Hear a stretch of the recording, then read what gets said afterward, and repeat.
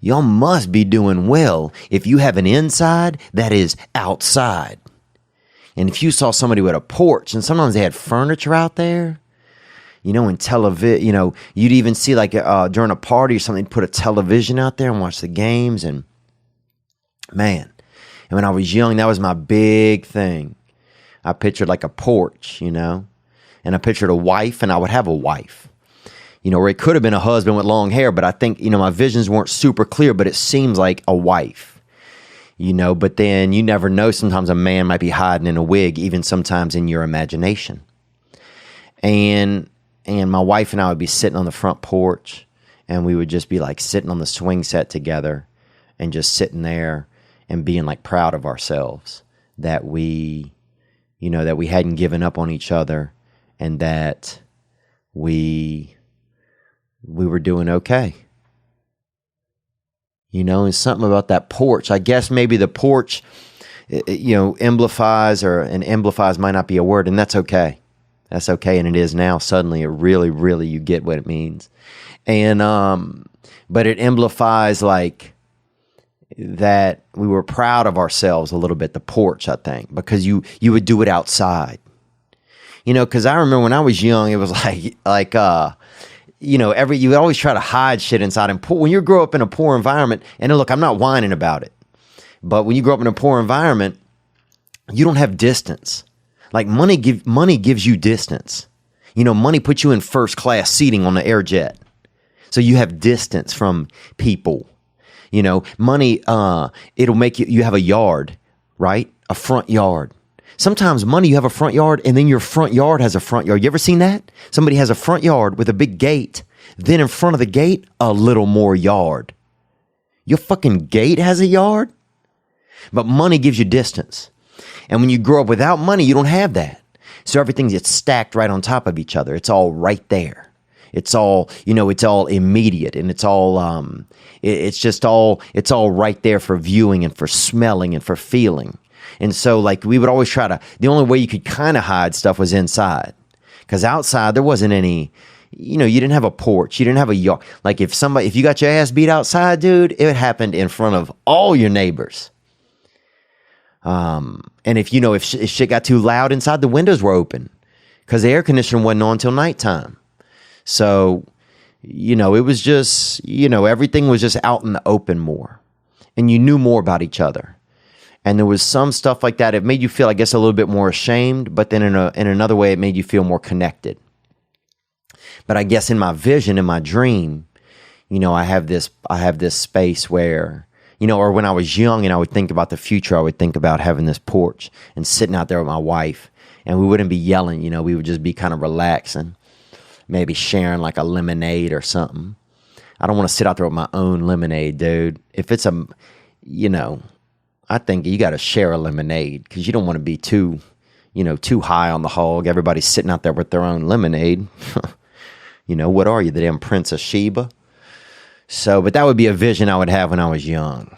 And I don't even know how I got on that right now. But that would be a vision that I had when I was young of a future that I wanted. You know, but you don't know you don't know what's going to happen. And it doesn't always shake out the way that you want it to. And you have to roll with the punches. And life is just a fucking surprise party. It's a surprise party, dude. And you don't even know who it's for. And you don't know how old anybody is or what's going on. And, but people just keep yelling surprise. And shit keeps happening.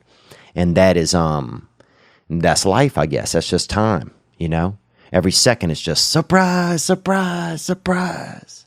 And there you go, and you keep going. And some of the surprises are for you, and some of them are for other people. You know, and it's just, you got to recognize sometimes they're not for you, and you have to enjoy them when they're for other people as well, I think. Or try to. It's really hard. That song on the way in right there, that was Devil is a Woman by Bishop Gunn. And I want to try and play some other songs on the podcast instead of just Bishop Gunn, and I will, but I have not had enough time to listen through all the music that's been submitted, but I thank you guys for your submissions. Thank you guys for coming out in Oxnard this weekend. Dude, Oxnard, that place, woo, that's middle of nowheres, boy. I mean, it's not really, it's like Los Angeles adjacent. You know, it's kind of like, it seemed like a lot of men maybe send their If they got a lot of side piece, it seems like the side piece belt. A lot of men send their side pieces to live out there in Oxnard. You see a lady out there in panties and heels just, watering a plant. And you're like, what? But she lives by herself. But she's outside, And she's live streaming footage back to Los Angeles to her man who's probably sitting in a house with his family, pretending like he's reading a paper, but he low-key has a Kindle right there. A Kindle that gets video. Amazon Kindle Fire, I think. And it gets video, and so he's low-key.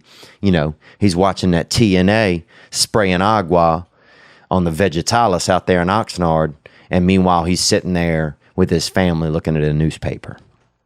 But that's all, who knows? That's all whatever. But Oxnard was good, man. A lot of people came out. I want to apologize for everybody that came out at the Friday late show. They had they had a couple unruly people in the crowd, and the management at the club was gutter. Or the organization at the club was gutter. They had people in and out of the room. I mean, the place was a fucking damn, bruh. You know what I'm saying? It seemed like a pet shop. That's what it seemed like. But the people that came out were great. And I'm super grateful for everybody that came. And we had fun, man. We had a good time. They had a young fella brought me out this shirt, this kind of like, I don't know if it's like a farmer shirt or what it is, but if I ever get a farm, I'll definitely put that thing on.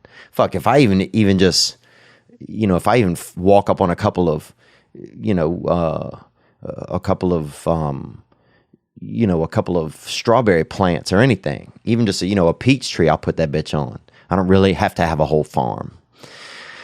Oh, what a week, man. I had just such a wild week. The World Cup was on. And dude, I've been watching this thing. And you know what? First, if your country's still in it, your team's in it, that's awesome. I really liked watching Brazil because watching Brazil play soccer, it's like, for me anyway, it seemed like they speak a different language with their feet. Like a lot of the other countries, we speak this sort of, America just kind of stutters with our feet when it comes to soccer. But Brazil, it's like watching ballerinas, Everybody's out there Billy Elliot, and, it's like capoeira, and there happens to be a ball on the field. It's just remarkable. It's remarkable to watch. And so I enjoyed watching them. I enjoyed watching Japan. I thought Japan could go a little bit farther. And just the celebration. I love it when there's teams out there that don't even speak the same language. Imagine that. So you have two teams. They don't speak the same language. The referees sometimes are from a third country. So nobody speaking the same language. And they brought together under this common sport. And it's, and the passion. You see the passion in the audience. You see women crying about it. You don't see that in American sports, really. You don't see you'll see like a beautiful lady crying because her team isn't doing well. And usually sometimes you see that in LA, like in the, up in like the, in these fancy, box seats or something. They'll have some rich lady up there. Maybe they run out of Coke or something and she's a little ticked off, And so she's texting somebody, trying to maybe grab a few extra grams, and they're not texting back. And so she'll be salt watering up straight out her eye holes. But this is the passion you see. You see father and son in the crowd, and they are just, I don't know. There's something about it where it's like, especially at a time when everybody acts like the world is so bad, but yet you have all these countries getting together, and that's the truth. The truth is these countries aren't coming. You don't see people hating each other in the stands. There's a camaraderie. There's a respect. It's almost like I wish any wars that we had anymore, it's just the ammunition was soccer balls and the weapons were feet. And they just had a war cup. And that's what it was. It was a war cup. And whoever wins the World Cup every year gets to be the leader of the free world. And just seeing like how different teams play, you'd have I watched Senegal, and they played like a certain, they played kind of like the ball was hot. They would just, there was so much extra movement, almost wasted movement. It seemed like sometimes, you have the French, and they seem like complete assholes, even when they're playing soccer. People are cheering for Belgium. You have the Japanese team that didn't seem to fake as many injuries. I noticed that there was a level of dishonor there if they seemed to fake injuries. Whereas these other teams, America faked a bunch of injuries and didn't even fucking make it into the shit. And it kind of put it in perspective too about America. It's like, America's a great country, no doubt.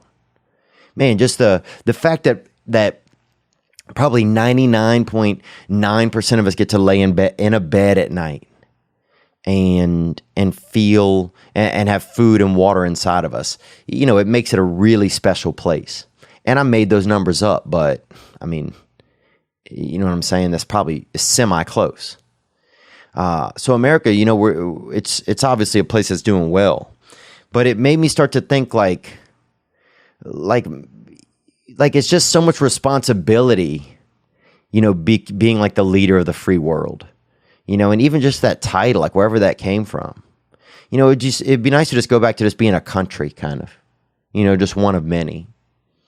It made me bummed that America wasn't in it. The World Cup, it's just amazing. I think it's amazing that all these countries can get together and play. And the beauty you get to see how beautiful it is. You see whole families out there in the stands, and you see father and son like hugging and, even kissing. There's definitely some mouth kissing in some of those Croatians.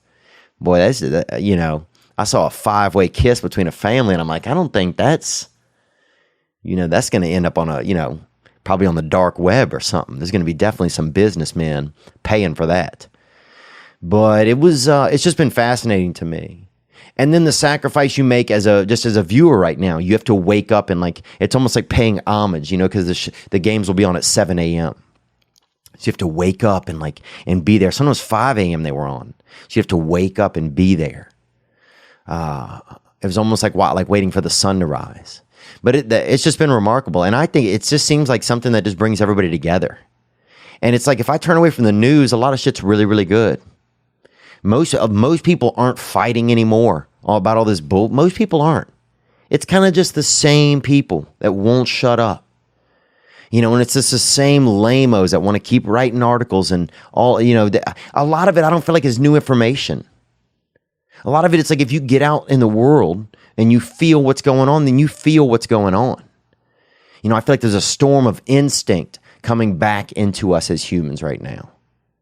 Even though at the same time, oddly, I feel like it's leaving us because of all the lack of connection through, that we're all more on our phones and we're more, we're not doing as much human connection. But I think there's something roaring back where there's an instinct, there's a desire, But yeah, I've just enjoyed the World Cup. I don't even know what I'm talking about. I'm kind of rambling. I've really enjoyed it though.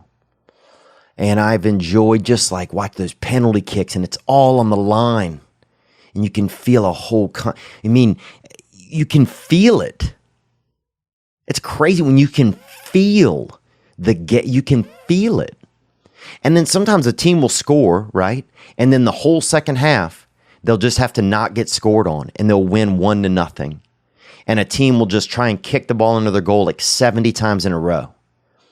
And my friend... who honestly could probably go to jail for some stuff, but we are friends. He said that it's called suffering, where your team just suffers. They kick the ball and it hits you in the face and it hits you in the neck and the nuts. And your buddy doesn't even fucking have nuts anymore because he got hit in the nuts so many times he fucking left his nuts in another country. And it just keep people getting hit and people getting their eyelashes ripped off. And one guy just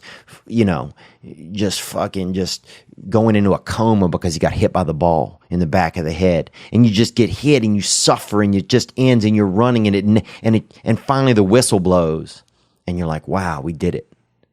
And it feels almost like, it's like the closest thing I feel like I've ever seen to a war. And no disrespect to our troops, but it's just the closest thing I feel like I'd ever seen to a war is this World Cup. And it's peaceful. It's exciting and it's adventurous and it's violent but it's artistic and it's peaceful. And it's just been exceptional. And look, I'm not a soccer guy. It's just there's something, the emotion, there's this orchestra within it all. There's this Mozart to it all when some of these people play well that just grips me in and just tickles me inside inside of my brain and even my man dick at the same time. And it's incredible. And it makes me feel something. And that's what I'm looking for. That's what I'm looking for. But it made me think a lot about America. It made me think a lot about like race, because all these races are out there playing. You're not seeing, like it seems like there's more racism like in the NFL than there is in these games. But then, of course, like, these players aren't mic'd up. We have no clue what they're saying. But it did make me think a lot about America. And I've just had a lot of thoughts this week. I mean, we had the Jordan Peterson episode came out last week, and went on Joe Rogan's podcast last week. And man, I mean, you talk about being like a podcast heaven. It's been a lot, it's really, really been a lot. So it's, I don't even know what to think about it. And then part of me is just like, well, don't think about it. Just keep going forward. Just do whatever you got to do next. And there's no goal or anything, but it's just been, to sit in here in the studio with, someone I consider a very pure thinker. Whenever I was talking to Mr. Peterson, I wanted to try and just learn more about his feelings, and I was nervous. Okay, let's say this. I was nervous. And I was nervous because, let me think, because I just didn't know as much as him. I don't know as much. I've read some things. I've seen some things. I watched a dude one time, speaking of soccer, I saw a man one time with a paper sack of nails. And he kicked it. He ran. He's like, I'm going to kick this paper sack of nails over that house.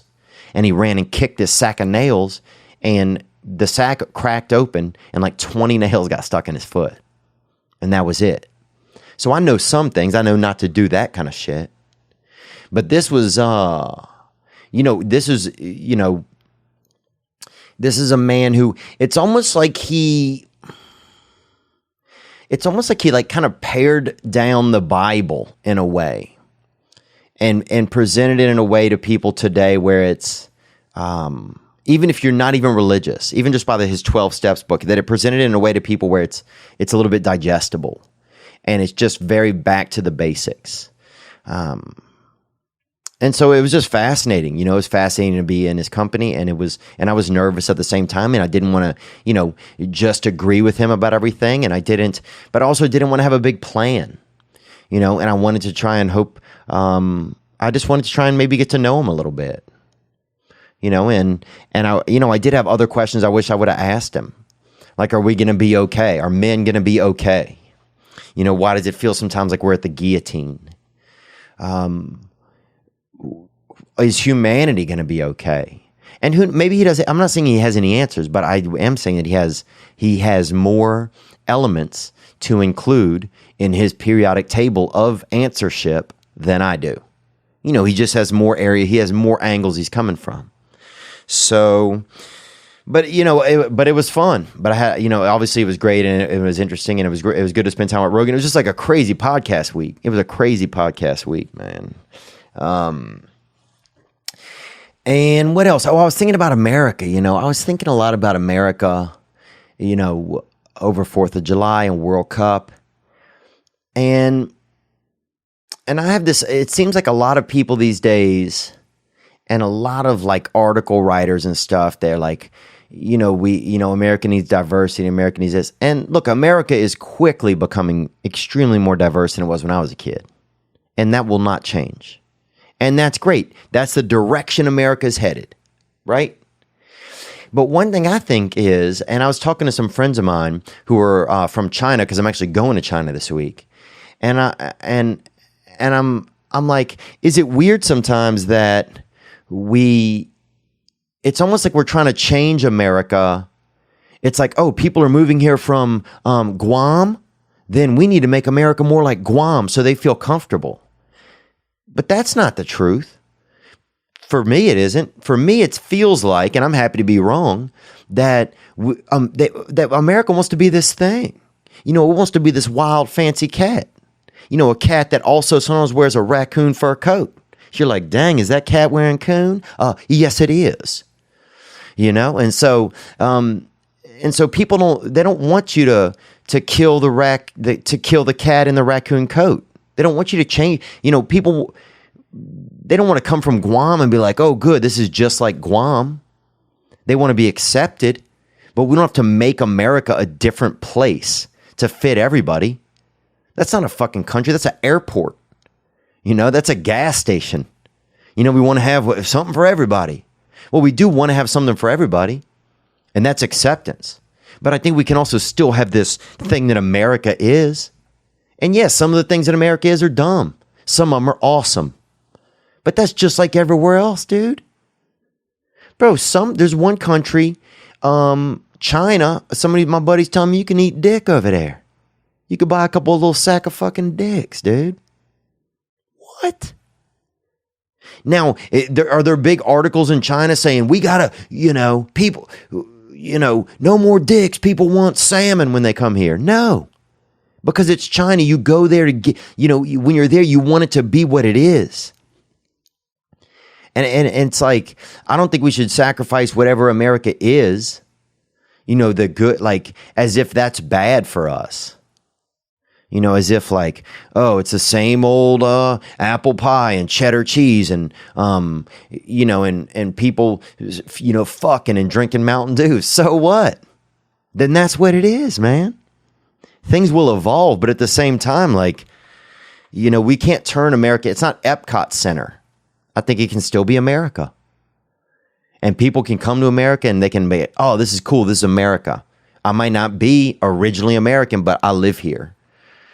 So sometimes I feel like there's this unhappiness out there where people are like, we have to change, everything has to change. Nah, man.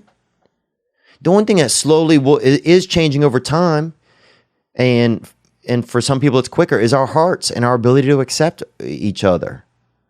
And sometimes that shit takes a long time, dude. It takes a long time. Some places don't have a lot of diversity. Doesn't make them a bad place. But it's going to be unique to them. You can't force shit overnight. It's like this, it's like sign this paper that says you're not, you've never had a racist thought. Well, I'd be crazy to sign that. I don't think anybody in the world could sign that. But just because you have thoughts or you have questions, it's like, we can't just get caged up. I don't know what the fuck I'm talking about. I don't know why I got all serious today. I think it's honestly a byproduct of being around guys like Jordan Peterson, man. I went in. And, but yeah, man, it was just a wild week, dude. Like, I was sitting in here with Jordan Peterson, man. The Wizard of Oz. I mean, this guy, he coughed and a couple of facts fell out and just hit me right on the shoulder. I mean, it was just fascinating. And you know what? I'll say this. He was very kind, and he was very much like a professor. He was very Canadian. He was very polite. And I didn't feel, sometimes you wonder, well, is this, if you see somebody first and then you meet them in real life, you wonder, well, are they authentic? Is that the real him? Is that who he is? Man, I'll say this. I was not searching for a lack of authenticity, but searching for to see kind of who else was in there a little bit. And I think I think he's pure. Like, he has his beliefs and he knows that people can do better, and he has done his research and he is moving forward, and he is genuinely happy about helping others to feel good. And I felt that 100%. I felt that's what I felt. I felt it as pure as I'd ever felt it. Because I would ask him, about ego. Are you worried about ego? And when fans come up and we even played a call from a fan, when you hear a fan say how much they like you and how much you inspired them, what do you feel like? And it was never about him. It was always like, it's all a wave, and that's not him, and he's just on the wave. And it was great, man. It was really, really interesting, and I feel grateful to have been in here. And I also feel like I failed myself some. I felt like I could have been a little more prepared. I felt like I could have been a little less nervous in the beginning. And I probably, and I did kind of, like, before we started, even just tell them that I was nervous, kind of. And I wasn't nervous as a person. I wasn't nervous as a human. I was just, sometimes you don't know how people who know more than you, facts wise, are going to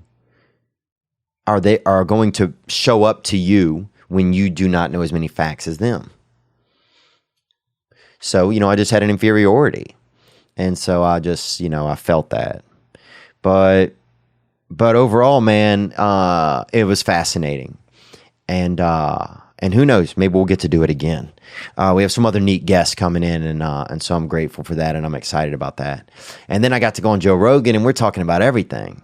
And man, it just seemed like a crazy week, I mean, like I just felt, and some people, look, if you don't care about those guys, and that's fine.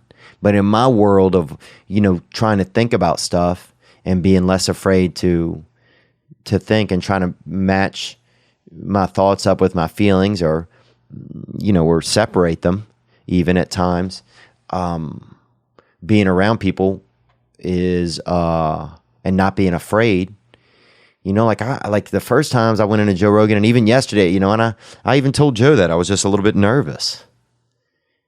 I'm a little bit nervous. I get nervous if somebody's physically, even if they don't behave that way, but if I think that way, or have something inside of me that used to think that way, or there's a moment stuck inside of my body from 20 years ago where somebody stronger than me or tougher than me or smarter than me made me feel a certain way. Sometimes those things can live inside you. It's like Easter egg hunt, but you never went hunting for it. And that egg's just been spoiled rotten, sitting inside of your kidney or inside of your neck or inside of one of your nuts. Oh, I have 2 nuts? Nah, son. You got a nut and you got a fucking dirty egg down there. And so it's, fuck, I don't know, man. I'm just learning as I go, I guess. I hope anyway. But I want to thank you guys so much just for the support and for being a part of things. We got some calls that came into the hotline. I'm sorry I didn't play more for Jordan Peterson. Dude, it was like, because you have to listen and you have to think and you have to, it was just, and I wanted to make sure he felt comfortable, and it's just a lot, man. It was just, and I'm still learning how to interview people. Dude, I've only interviewed, I don't know how many guests we've even had. 8 guests, and one guy was on drugs. This was probably about 1.5 years ago, and he was highly on drugs. That boy Uneven Steven, and I met him over by, I met him on the bus, and he was all dapped out, dude. You know what I'm saying? Like the Lord had just been, putting dirty cotton swabs in and out of his soul for decades. But the Lord didn't do that, and he did that to himself. But we got the hotline right here, 985-664-9503. I'm going to get into a couple calls. We're going to keep talking about stuff. I know last weekend I was out of town, and I appreciate you guys being supportive. And it was tough when I'm on the road to sometimes put the episode up. But I just, it's just, I don't know. I guess I feel it was just kind of a crazy week. And I'm going to China tomorrow, dude. I'm going to Shanghai, man. Where you could eat so I heard you could eat human dicks over there. That's crazy. And some people are probably going to buy a ticket to come see me just to see a free person. Just to see someone who, who has hypothetical freedom. That's crazy. There's going to be some people probably come out, pay whatever is a ticket, $30, whatever. I don't even know what it is. Just to see somebody who's free for a little while. That's wild. Dude, it reminds me, years ago, I went to the, I think it's called the Ben Thanh Market. And I definitely could have butchered that up. And that was in Vietnam. And this is when I was a student. And they had animals there. And if you buy an animal, you can buy a pig for about $11 and they'll kill it right there. One kid bought a pig. They had some real death kids with us, people that didn't mind a little bit of death. People, if you frisked them, maybe some animal carpals would come, tumbling out of their pockets. Maybe some, maybe a bird clavicle or two. People that, was a little bit out there dark art and caught up in some dirtness and caught up in just fucking, if they could, they would just crack open their nuts and just smell it deep as they could until they just fainted. Dirty boys. And so what happened was this. They had they had a pig. If you bought a pig, they kill it right there for you. Because a lot of people, families or whatever, or they'd come and buy an animal and they would kill it right there, and then they take it on. People would take it home and cook it or whatever. Well, one guy, he bought it and he's like, "Oh, I'm gonna," and he stopped them. They had this big, huge butcher knife and they were gonna kill the animal. I know this is inappropriate to hear, but not everywhere is like it is in America. Some places, if you order a pork chop, it comes with a chop first. It's that chopped pork. And this, and my buddy, he like stopped him. He's like, no, not the knife, And because even that was too much for one of these death boys. But then the man literally turned around, bow and arrow, as if it was like he'd chosen a different. It was just crazy. Like my buddy hadn't chosen a different way for the thing to die. He didn't want the man to kill it. But anyhow, how this goes to me was they had a bird there. They had doves there. And I've had dove before. A lot of you guys know that. I had a couple of brothers by me. And actually, one of them used to hook up with this white girl named Labyrinth. And you would think that Labyrinth is a little bit more of maybe a black girl's name or, it could be, but it's also, Labyrinth is really more of a white girl's name. Tabitha, Labyrinth, what else? Agatha, amethyst, a lot of that shit, a lot of crazy rocks. And maze, labyrinth, a lot of places where you could go missing. What else?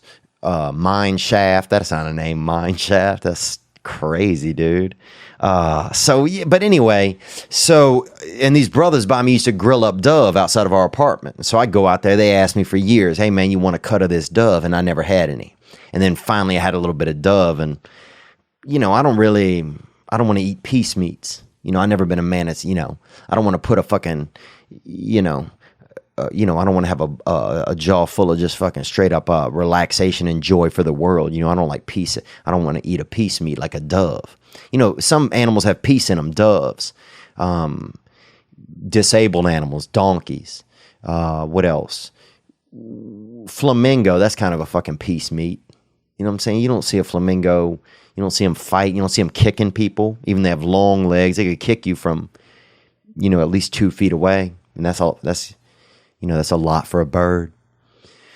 But anyway, so I'm like, I'm going to rescue one of these doves. I'm going to buy the dove. I'm going to let it loose outside. Nobody's going to kill this one today at this Vietnamese market. So I go in, I buy the dove. I get it. I run outside, throw the dove, right?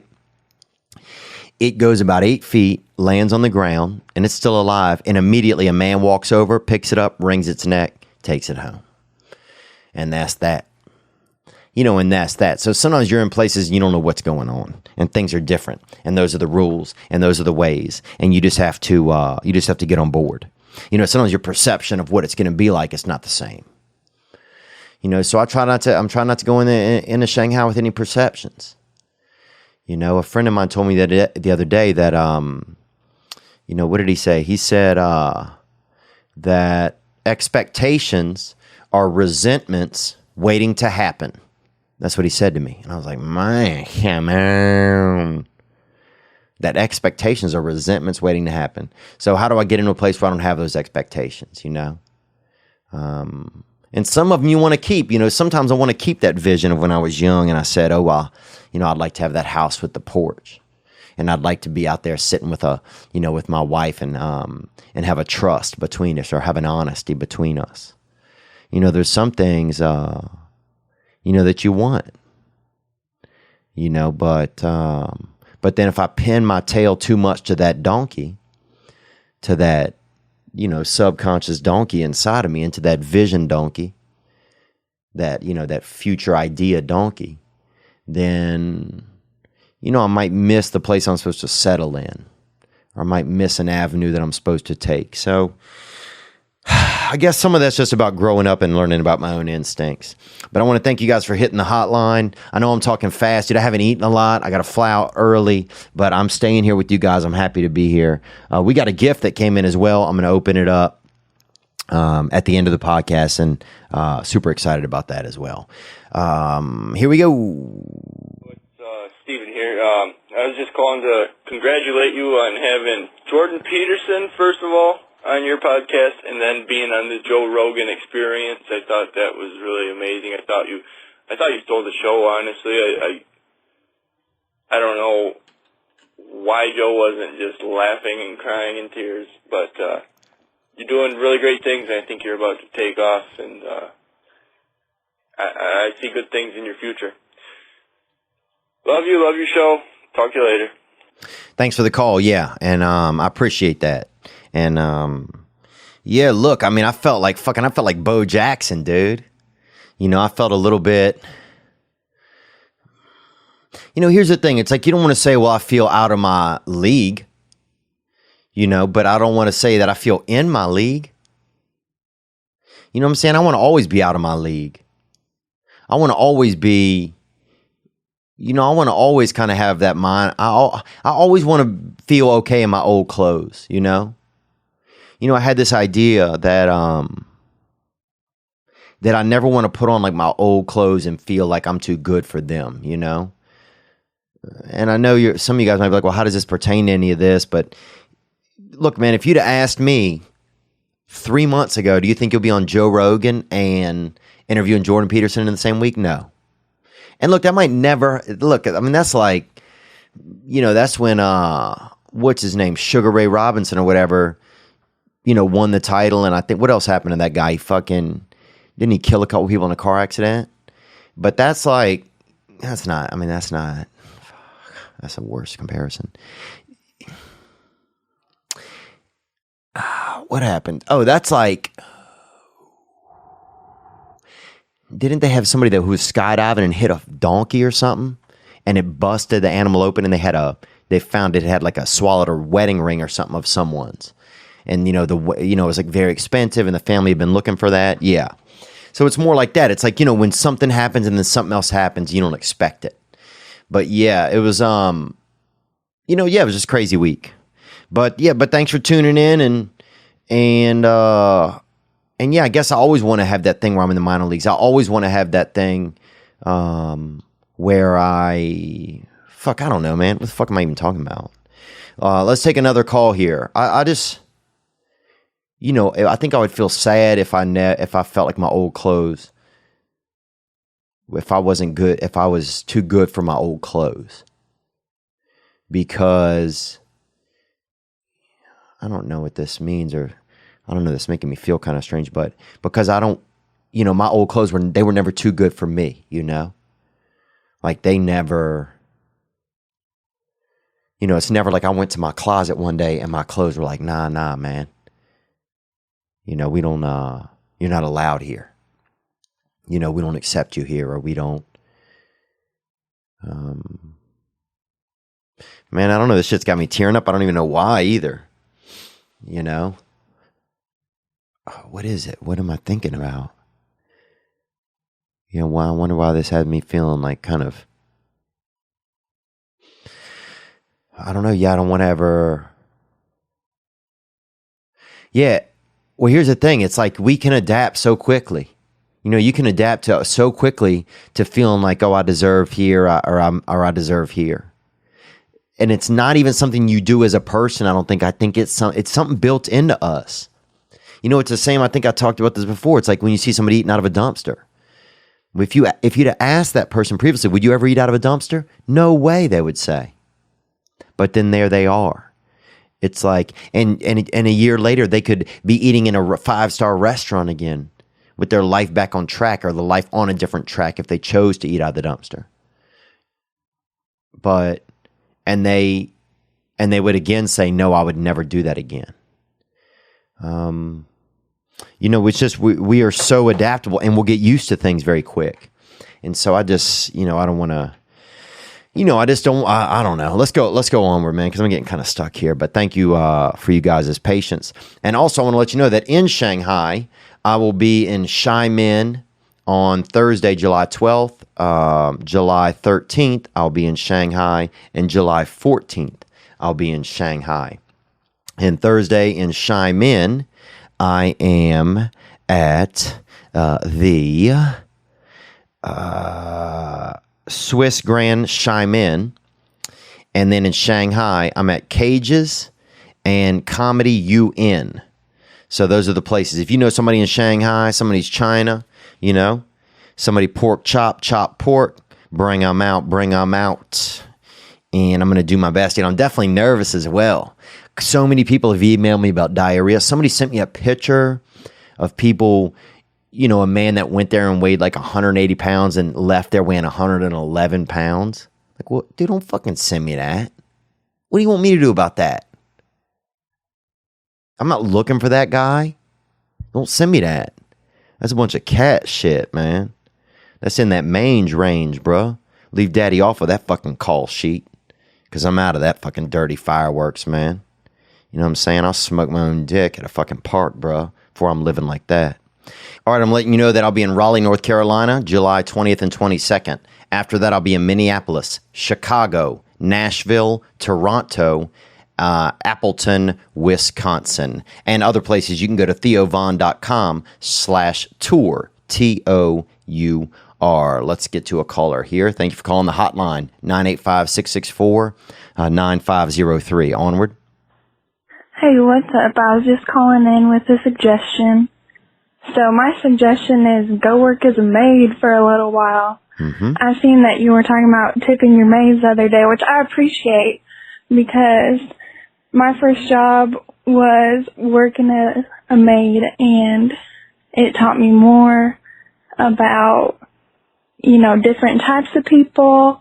I was working with women that had been to prison and women who couldn't speak English, and they were forced into almost like a type of slavery where they, couldn't speak out.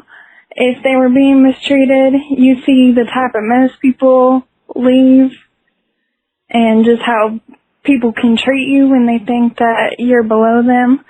So I think that sometimes we get too caught up on as a maid at the Super 8. Anyway, Thank you for calling. You're a maid at the Super 8, and you sound like a Super 10 to me. You sound like a perfect score, young lady. And that's it is a wild job. And for me, when it comes to tipping, I just try and tip where I feel, I ain't a fucking Robin Hood, but I tip where I can, man. I tip where I can, and I tip where I feel it's necessary. And dude, hotel rooms, people are naughty. And yeah, the maid comes in there. Think about that. Dude, most people, right when they get into a hotel room, they take all their shirts off. People's jerking off, living life wildly. You know what I'm saying? People are, there's some people, jerked off before they've even cut the television on. What? Who goes into a room and jerks off before they turn on the TV? Huh? Who? Someone who's sick? So yeah, these ladies, you got to remember to drop that 5, drop that 10 for a cleaning lady. If some lady's coming into a room where someone could still be hiding and is going to clean up, cookie crumbs and semen at the same time, you're not going to give them $5, dude? You're out of your fucking mind, bro. Think about your mind. Now think about you not inside of it. Yep, that's what's going on. Give them the fucking money. You snake. Okay. But thanks for calling. I never worked at a Super 8. I never worked at a Super 8. Where did I work at? Oh, they used to have this girl who made me come up there, and she would, let me touch her, touch that cooter a little. And she was so scared, bro. She was loud, right? She was that vivacious, that vivacious character. And so she would start just howling. I mean, it was like every time you touched her vagina, it just seemed like you were just petting a fucking cat that was made out of all nerves. Just like a cat that just had about 70 clitorises on its back. Like a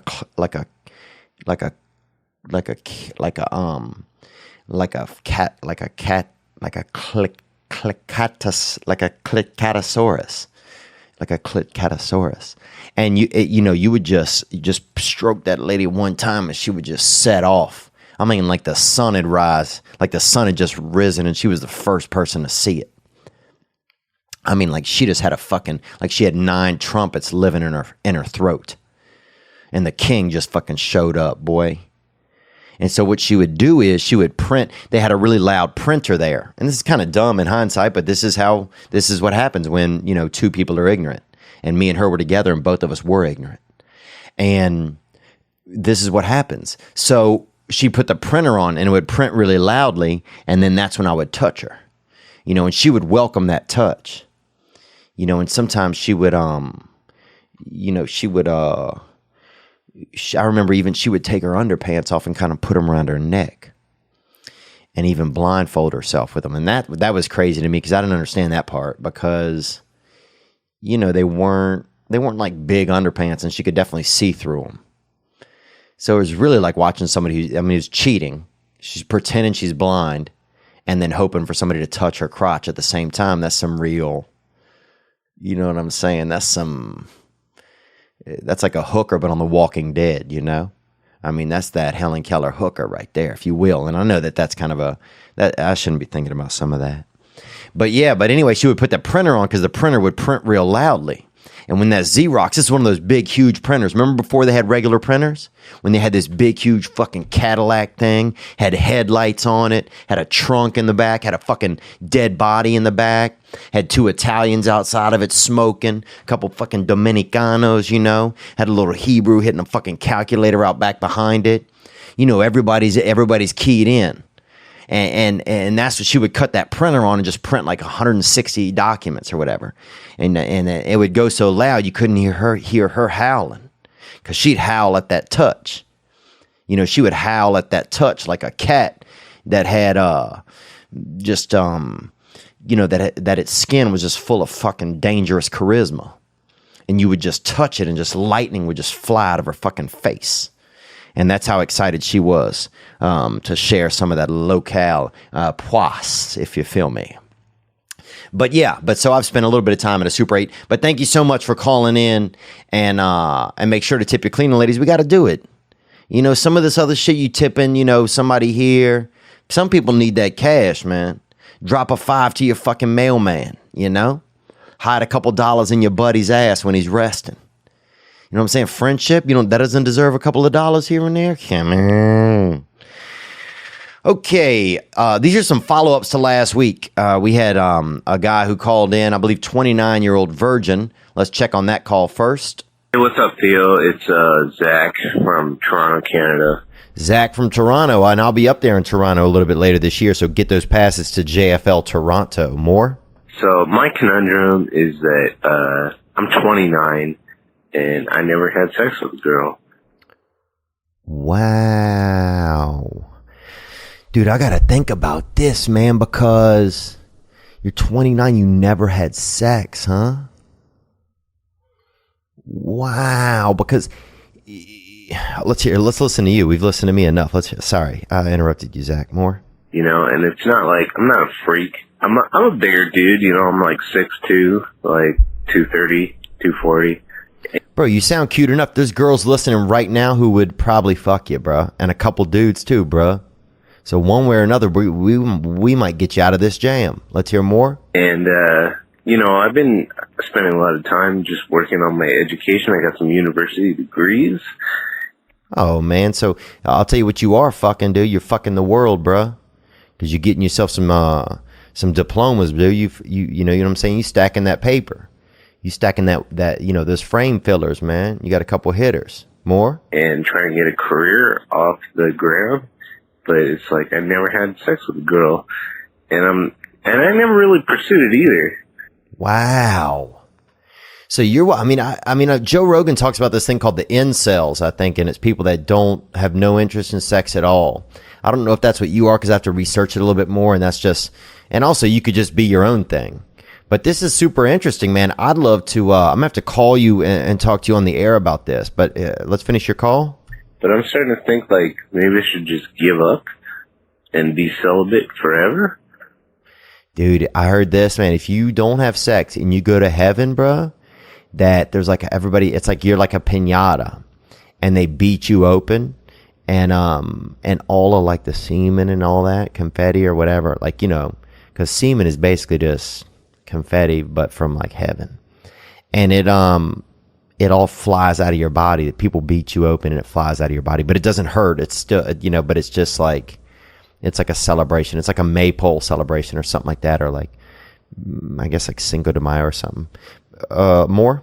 And also my buddy even, he really likes those hookers, right? Okay, he's out there escorting. More? And he even offered to pay for me to fuck a hooker, and I said no, because I'm not into that kind of shit.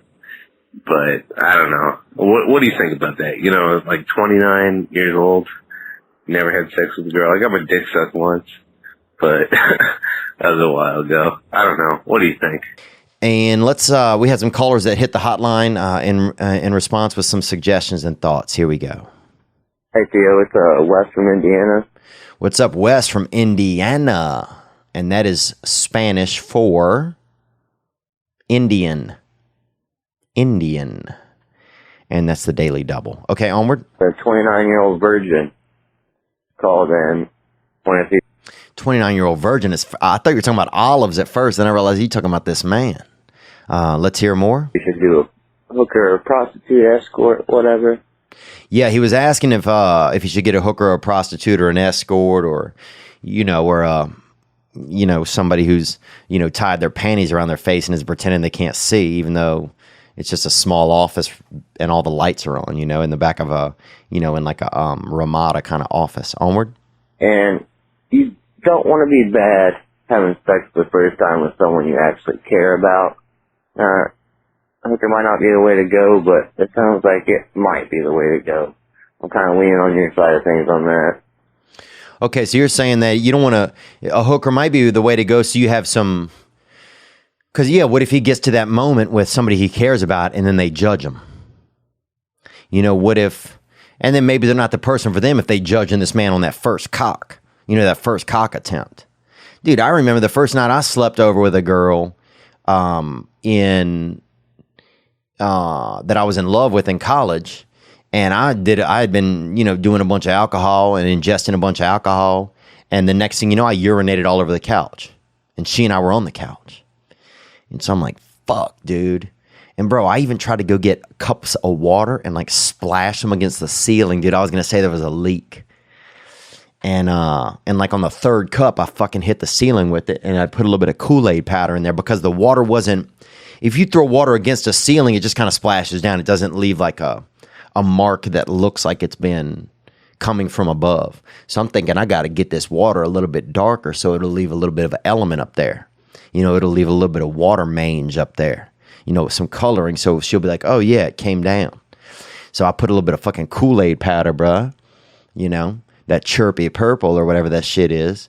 Busty orange or whatever that shit's called, Cavalier cherry, or catechism, lemon, or whatever the different flavor is, but it was purple, some of that chirpy purple. And I threw it up against the ceiling and it just fucking all came back down. I mean, it was stupid. And then a lot of it came back down and she fucking woke up. And yeah, just like, it was stupid.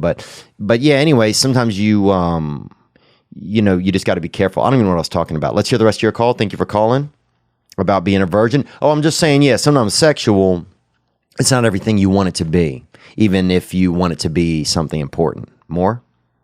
And, I don't know, maybe you should just do it. Just do it. That's what I gotta say, first time call. Just thought I'd try to help some people out. Love your show, man. Keep it up. Thank you, and thank you for calling from Indiana. And, in Indiana, I'm not calling you guys out, but you guys, they started I think the Ku Klux Klan started there. And a lot of people think it was in the South and it was actually in Indiana. So, I'm just kind of saying that. But, other good stuff started there too. Basketball. So, one thing that was good for different ethnicities and one thing that was bad for different ethnicities. So it's, it's definitely hit or miss out there. It's hit or miss. What was I going to say about? Yeah, if you get the escort, here's the thing. If you get an escort, and here's what people don't realize also about escorts. I'm thinking about this. These ladies of the night. these women that are prostituted, and I don't have an issue with an escort. I don't think that I think that if there's there's women out there, it is their means to an end. And do I think it's a safe place to play in? I don't. And I think it's, at that point you're caught up in the dark arts. I do, because there's a lot of potential for danger. Because an escort usually can't call the police because they're doing a crime. So, they don't have the protection of the police. So that means they're going to places completely with no law in the world. And then the potential for harm is so much more severe. So, that can be wild. Now, something that's crazy is this. I remember my buddy and I, we invested in a hooker. And I'm not saying, you might think this is crazy, you might think this is, but whatever. This is in your life. So we invested in a hooker, and she was excited about being a hooker, and we were excited about being hooked. And we actually had decided, it was like, okay, well, we'll make sure that this lady's cool and stuff. So she comes over, and they have pictures. They used to have pictures on the internet. They shut these sites down now. And she comes over, and there's a pimp with her, and an angry man. And a pimp is an angry man. It's like a cashier, but he's got to wait a while to get the money. And so he's just angry. And this man also, you could tell, he didn't. Let me slow down a little. He didn't have a weapon, but you could tell he didn't show a weapon, but you could tell he had a weapon. So anyhow, next thing you know, this escort, it's not the same one as the pictures. It's a different woman. And it's a woman that if you saw the pictures, you'd be like, nah, I don't want that one. I don't want this escort. That's not a neat place to fuck or to be sexual with this I don't desire this person. So instead, but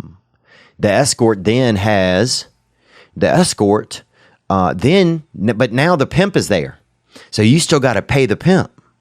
So my buddy was like, well, he had already said, well, I'll go in first. You know what I'm saying? I'll be in there and spend time with this lady. And I was super nervous.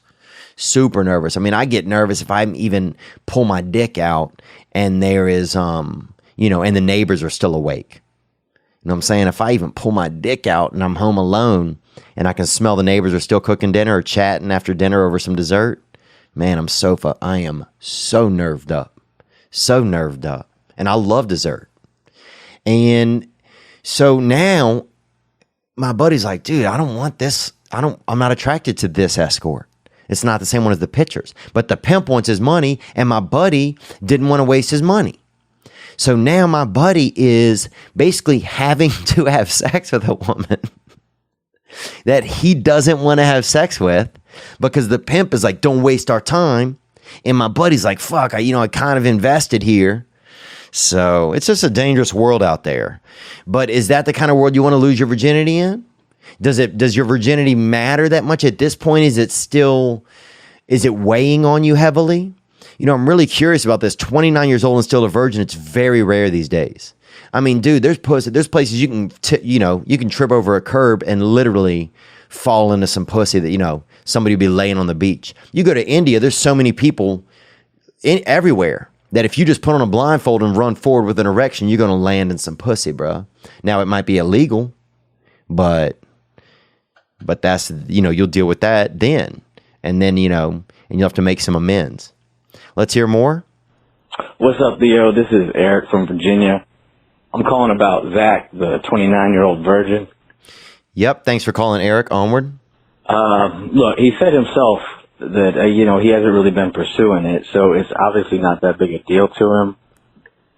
So, I mean, my advice would be, just keep doing what you're doing, like, if it happens naturally, that's cool, but if not, who cares really, because, I mean, my advice is just don't go out of your way looking for some casual sex if it's not that big a deal to you, because you're probably going to be disappointed anyway, you know what I'm saying? Gang, gang. Gang, gang, baby, gang, gang. And yeah, that's a legit point that man has from Virginia, because look, if the history is what it is, that you haven't been having it, then are you just fighting against your own history? Just let it come casual. Because look, you could run around all day with your hands in the air trying to catch a sparrow, right? You could do it. But you could wait till a bird hits you right in the fucking dick.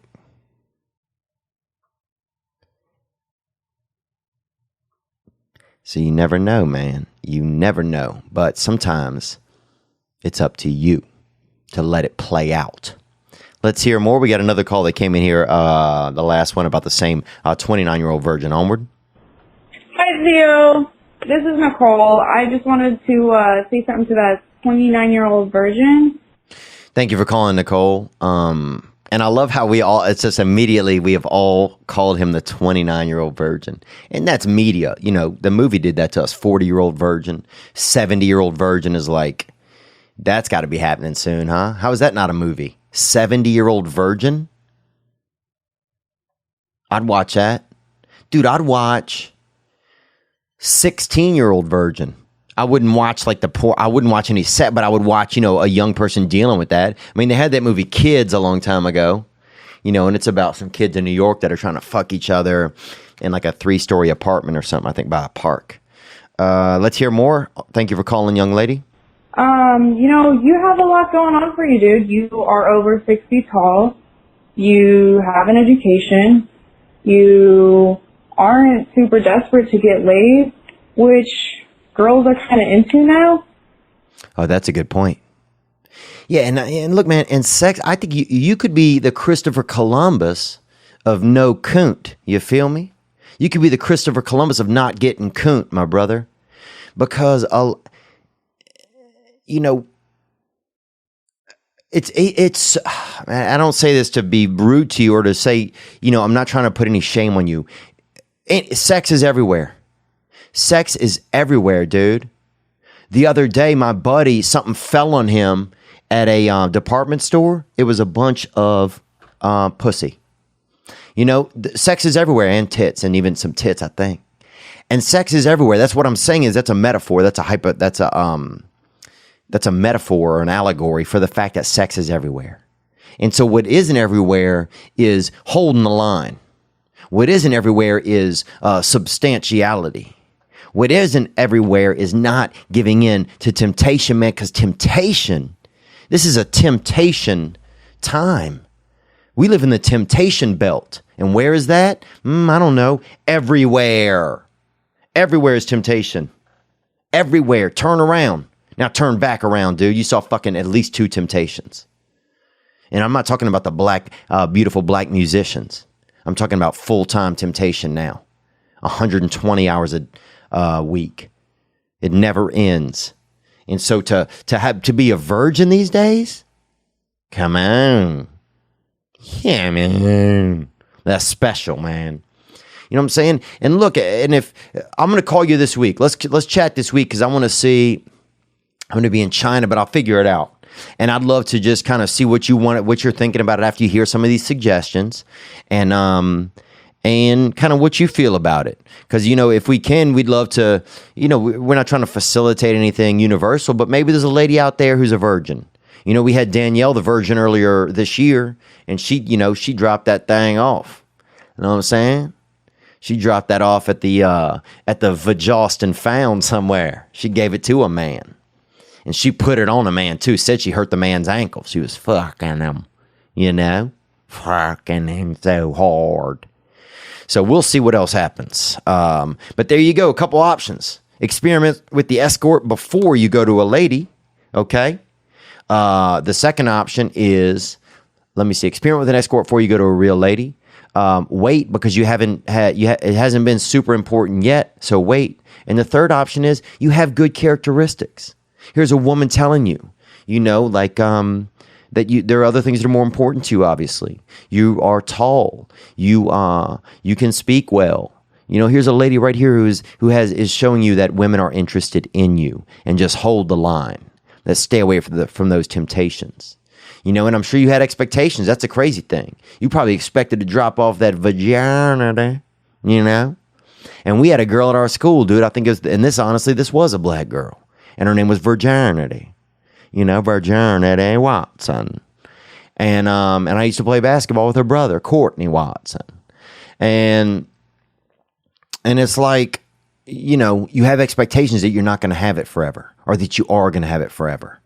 And then what's happening? You probably thought you was going to get rid of it. You know, you probably thought you were going to get off the school bus one day and some girl's just going to come on, you know, come on and just let you hitch a ride up in that. But that changed, and that hasn't happened. And then you probably thought, oh, I'm going to go to college, you know, and I'll be up one night and just, you know, maybe some girl will come by to water the plants, but suddenly, you know, the plants will be my kick and the water will be that. And then we'll be doing sex. Then you probably thought, oh, well, college is almost over. I'm going to go to my buddy's wedding. And he'll invite some girls who are definitely down to fuck, dude. These chicks like to fuck. And nothing will pan out there. But nothing happened. You know, you got too drunk and she got too drunk. One of y'all vomited into the fire. And that was the point in the night where it was maybe going to happen. When somebody vomits into a fire, a lot of vomit cooks. If it's a thick vom, that shit cooks up, you know? If you got a little bit of grit in your V-mitt, that shit cooks up. And so then it, you know, ruins the fire, ruins the party. But anyhow, so a couple of options there. But let's get some other calls that came in. Just some regular people. Hit the hotline 985-664-9503. Here we go. Hey, what's up, Deal? It's Derek from San Antonio. Going to drive out to Austin tonight to work. What's up, Derek from San Antonio? And you're going to drive out to Austin. So be safe out there if you're on them streets, man, because anything could happen. You know, they had I remember one time I passed out at an intersection, and apparently they had two wolves got in a fight in the street. And I'm unconscious, dude, you know, or mentally unconscious, I think it's called. And I'd been drinking and, you know, and also was operating a motor vehicle. And instead of driving, I guess I just went to sleep at a stoplight. And then an officer showed up, knocked on my window, puts a flashlight on me. I wake up. He goes, did you see two wolves out here fighting? And I was like, what the fuck, bro? You think I see wolves, man? And I was like, nah, no, sir. You know, no, sir. I didn't see any, sir.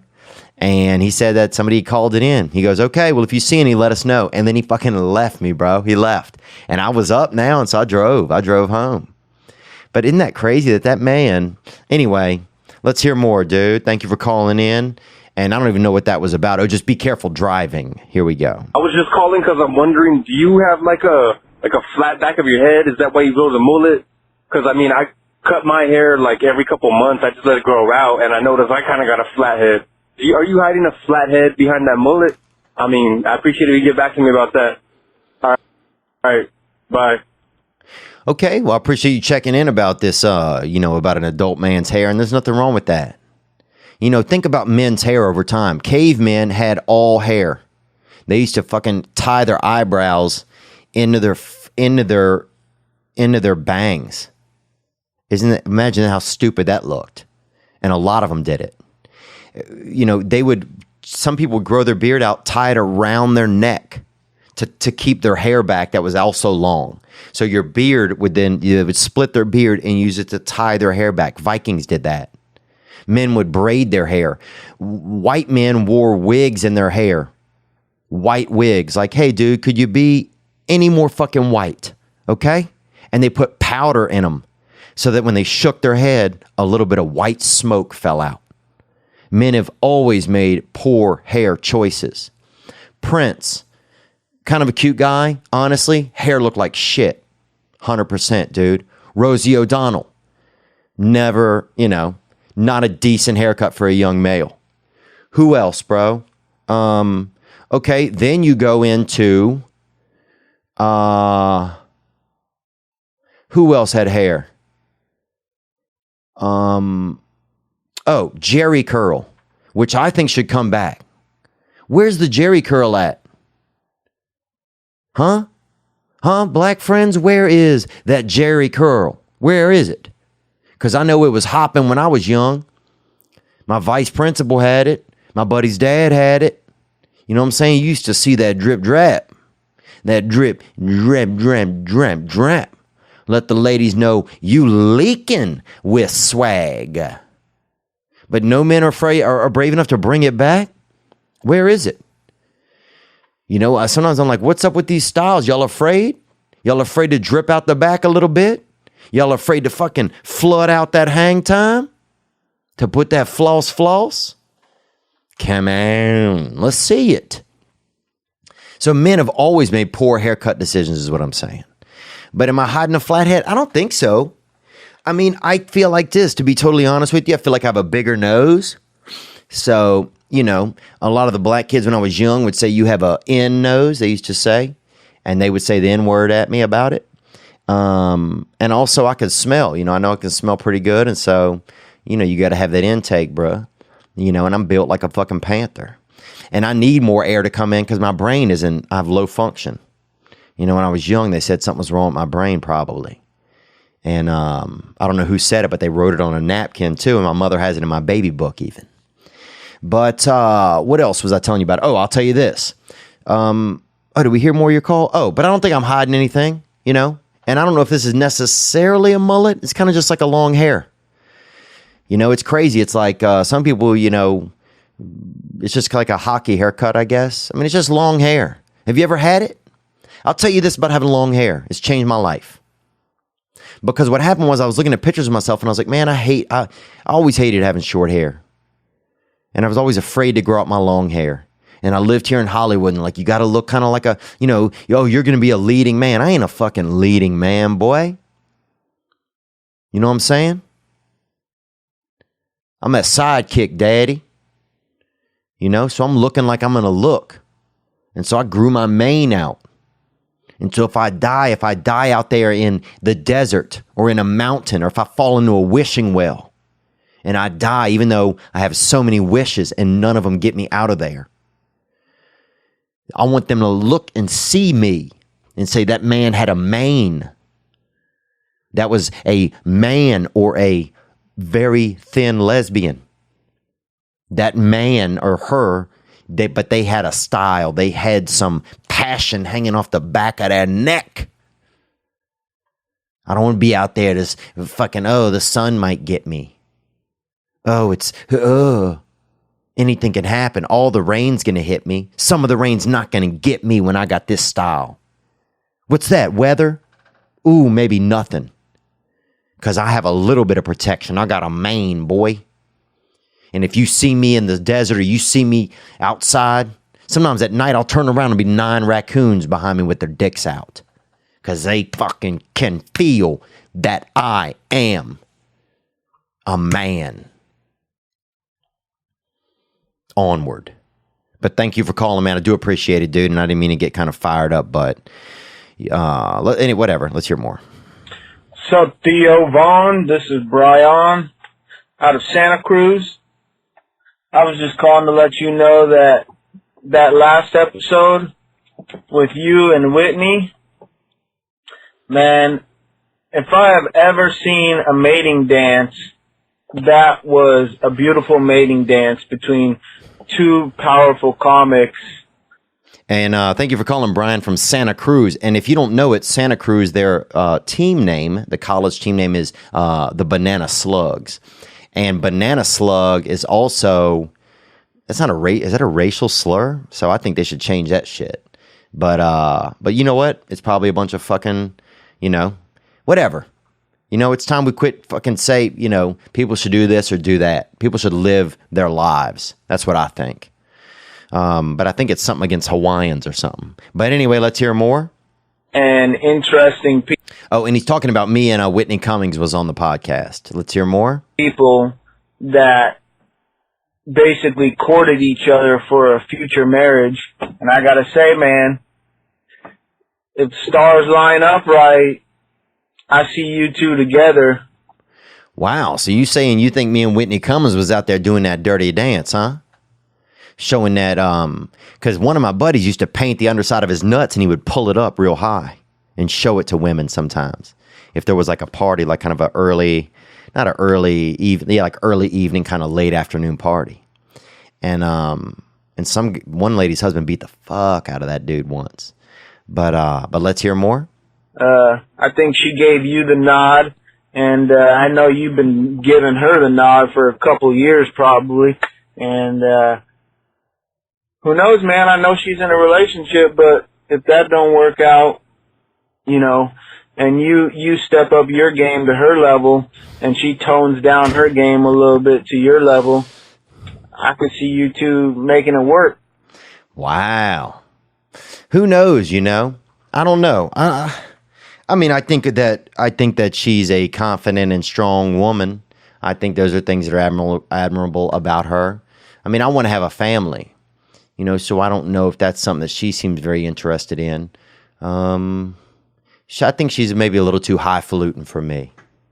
But look, you never know, man. But yeah, and I was saying my buddy would paint the underside of his nuts like a peacock and show it like that. And then that's when, that's when that guy beat his ass eventually. And that was, I guess, at about 4:30 p.m. pretty much. But thank you for calling, man. And look, that's, whatever gets you through the night. If you want to imagine me and Whitney, being naughty and playing fucking, playing DNA hockey with each other. Goal, goal, goal. That's me scoring. Come out. Then that's fine with me, man. I used to imagine this lady I knew giving Cedric the Entertainer hand jobs. And that would help me have a little bit more energy to bike to school in the morning.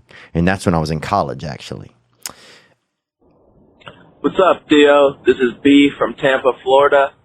What's up, B? Thanks for calling in, man, down there in Tampa. And Tampa's a great place to, to get a lot of, they have Spanish moss and also, honestly, to get pretty much molested or kidnapped. But, it's pirates country and things are going to happen. Everybody asks like, oh, Florida's so crazy. It's fucking pirates live there. And the grandchildren of pirates. Pirates who die and still have gold in them and still are on boats. What are you going to do when you die? Probably fucking nothing. Okay? Probably just have your grandparents show up at a church somewhere and cry. But pirates still sit on ships and still scare people. So the fact that vitriol that's in them, that fucking, that spunk, and half of them have one eye. So give them a break, man. Give people in Florida a break. These are the children and grandchildren of pirates. Onward. I'm calling in because I'm a pretty regular listener of the podcast. You're a funny dude. And thanks, man. I'm happy to be here with you. Fuck, dude. I am just long day. More? I was just curious if it bothers you or if everybody calling in kind of talking about drugs and stuff when you're sober. And, I'm just curious, as a guy who's in and out of sobriety, I don't care, and I still associate myself with some of those people. But does it ever kind of bother you that, your name gets thrown around in here with, like, drug using and stuff, or does it make you happy because people get help, Because when I was in rehab, I listened to you for a bit, and it helped me out. Well, thanks for calling, man. I appreciate that. One thing about AA program is, you're not supposed to use it to have any, any monetary gain or anything like that. And that's fine. I don't have any intention of that. Excuse me. But also like, I just, I can't tell people what's going on sometimes in my life if I don't tell them about that part, and I don't know if I'll always be in AA. So I'm not trying to be, I'm not trying to be like a role model or anything like that. But that should save my life, I think. Here's what it did. It gave me perspective. And my perspective is still, my perspective isn't clear, but it gave me a glimpse that I was seeing the world wrong. And that the world was so much more comfortable than I thought it was. That the world wanted me here so much more than I thought it did. That I had the ability to be of service in the world more than I thought I could. That I was okay. I remember having a day, even a moment, a thought that, man, I'm okay. And that's all it was. It just popped into my head. I'm okay. And it was real. It was a feeling. Oh, I'm okay. And to realize that you never have had that, it's like getting hit by a missile and blowing up, but not moving, but also nothing happening at the exact same time. It's like getting hit by a reality missile. It just hits you and goes inside you and blows the fuck up. But all the shrapnel stays right in, and all the shrapnel is good. And you're okay. And the perspective is, you see it, you get a glimpse like, oh man, I didn't have, nobody taught me the math right. Nobody taught me the math right. 'Cause sometimes you teach yourself your own emotional math as you grow up. And you got your own, okay, this and this and then that, and you carry that, and then this feels like that, and that feels like that, and this person doesn't like, and this person hates, and this is how I feel, and that's why, and okay, and it's always going to be like that, and let's fucking go. I'll put on some Eminem, or some dirty Rihanna, some of that naughty sweet sister Rihanna, and I'll just keep this chip on my back like I work for Doritos. But that's not the truth. And I needed to see that it wasn't my truth. And so then that's what started to happen. And so I don't feel like that. I'm glad that people, if it gives them a second to think about something to call, to talk about that kind of thing, I try to follow up with people that have questions like that. It helps me feel a little bit of service sometimes, because there's a couple people that I talk to now that I've met through the hotline, who are just part of my AA call list that I'll reach out to sometimes. And what else? Does it make me feel bad? Does it make me feel sad? I feel, what makes me feel sad is if somebody hurts, and there's somebody like a young man out there, and I say young man a lot because that's what I am, and so I don't know, I don't know what it's like to be a young woman. And maybe it's not even that different. I don't know, but I don't know. And if there's a young guy that's hurting, man, that makes me feel bad. If there's somebody hurting and they don't know any better, and they don't have a chance, and they think that somebody doesn't care about them, that hurts my feelings, dude. So, and I know there's not much I can do about it. And I guess it hurts my feelings because I feel like a lot of time that was me. I feel like a lot of my life that was me. And all I thought I had was my hurt feelings, and all I thought I was ever going to have. And I couldn't see, I couldn't always see my vision. And sometimes like you have your vision of that porch where you got out there with that lady, and you in that swing, and it squeaks a little bit, and you keep saying you're going to fix it on that porch swing, but you're never going to fix it because you like to squeak a little bit, because it's like an inside joke between you guys. But then sometimes that thing goes away, and it's just you in an apartment, and you're just thinking. And that's what your vision is. It's you in an apartment. And you can't, and you don't you're not brave enough to make the choices. You're not brave enough to try and get better. Or you never even know that you can be better. Or that you could, or that you are already better. Or that you are okay, and then you get this different vision, and that becomes more of a reality. I don't know. I don't know, man, but I'll tell you this, though. When I joke around with people about drugs and alcohol, and I joke about it with friends, that shit, it's almost like using it. I get the same high. I get the high of having fun with friends, and that's all I really wanted in the first place. The only reason I was drinking and using or partying was because I wanted to have fun with friends. And then it escalated where I just was having no fun by myself, kind of. But that's all I wanted, was to have fun with friends. So now if I have a group of people where I can joke and fucking, dude, we'll talk about how fucked up we were.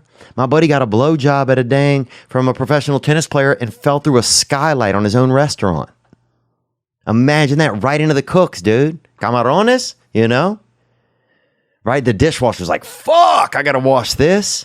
A bloody fucking CEO. But yeah, imagine getting a blowjob from a professional tennis player, a female, and next thing you know, you step over afterwards. Oh, Oh, that was so, you know? Come on. And I'm not saying that the dishwashers also were Latino. I'm just saying that they were listening to Latino music. And it was white guys in there and they spoke Spanish. So don't jump to conclusions. But yeah, you know what? It's a unique world. And that's where I am right now. And so it doesn't depress me out, you know? I think it's brave when people call in about stuff. I think it's really, really brave. Let's hear more. Onward. Gang, gang. What's up, Theo? Gang, gang, baby boy. Let's hear it. Boy, James. Live in Las Vegas, man. I own a construction company. And, man, I practice those dark arts on a daily basis. Real messed up. I know I need to stop. I love hookers. I don't know what it is, man. Okay, you a construction work. You run a construction company and you like them hookers. You like them hooks, man. You like that fresh cat on that line. You like that fresh cat. You like catching that fresh cat on that trout line on that 70-pound test, you know, onward. You know, I spend about, on the average, about $1,500 to $2,000 a week just on hookers. Come on. Dang, you must be making some real coin, boy. $1,500 worth of hookity hooks, man. Come on. Well, I mean, if they're enjoying it and you're enjoying it, what's going on with it, though? What's up with it? I don't even fuck them. All I do is get my dick sucked at least twice a day. What? Oh, I'd hate that, man. If somebody sucked my dick twice a day, dude, I would fucking call the police, bro. Honestly. It would just slow me down too much. I don't have time for all of that. But let's hear more. Don't know what to do, man. Just give me some advice. I would appreciate it. Gang, gang. Gang bang. It sounds like, dude, you out there on that GB hunt. Well, look, man, here's the thing. It sounds like it's a comfortable system for you. If you're calling me, it sounds like a little bit in your voice like you're kind of happy about it. Like you kind of, you know, you're showing off. And I'm not judging you. I'm not saying it's bad. I'm just, you know, I'm evaluating from where I'm at, you know. And I don't think that that's, you know, if you get a little bit of, you know, you get some, you know, a little pump in your stump from that and your heart pump and your aortas flare out. You know, you get them full balloons, them blood balloons inside of you because, you know, you like that life. Is it the risk? Here's when something's bad, I feel like. This is my perception. When it starts to become something you can't be without. Can you stop? Maybe it's not bad. Can you take a break? It's not bad. Can you quit? Then it doesn't have control over you. But if you can't, then what's going on? Then you might want to look into something else. But look, man, if you're keeping you're keeping these ladies in business, everybody's in a comfortable environment right now, then more power to you guys. You know, y'all suck twice a day. God. You're constructing? Then you should just build a whorehouse. You know? Build a whorehouse with a diving board.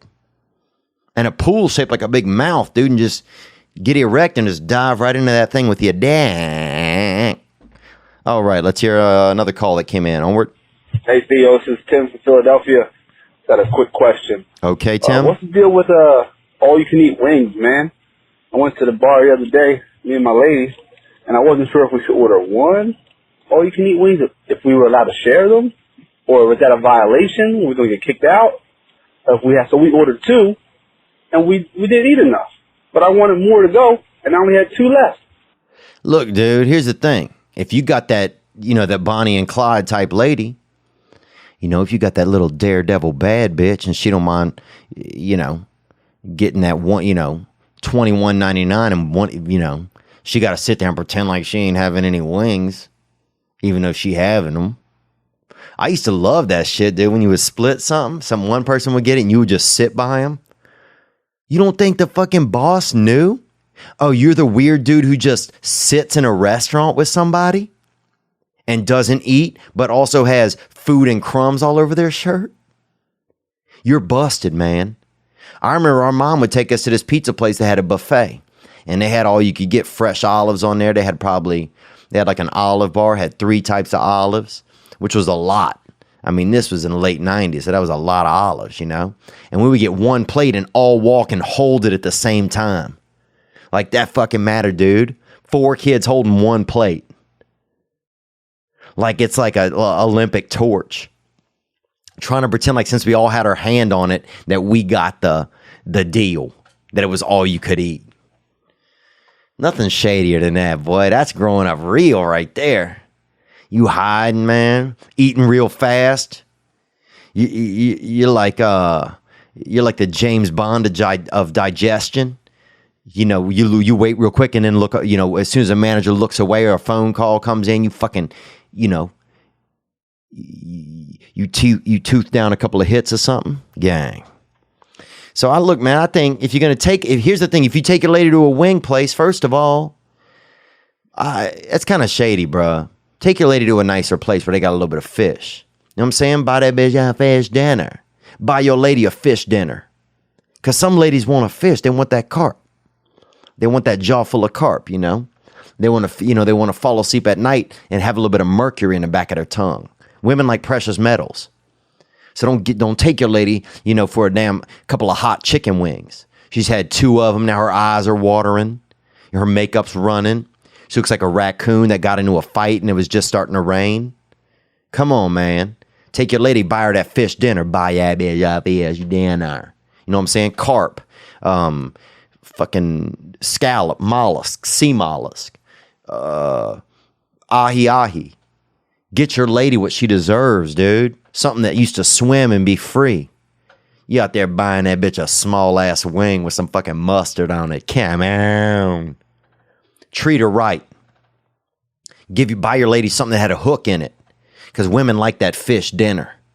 Women like precious metals. You know, they want jewelry, gold, diamonds, ore, you know, shined up ore, coppers.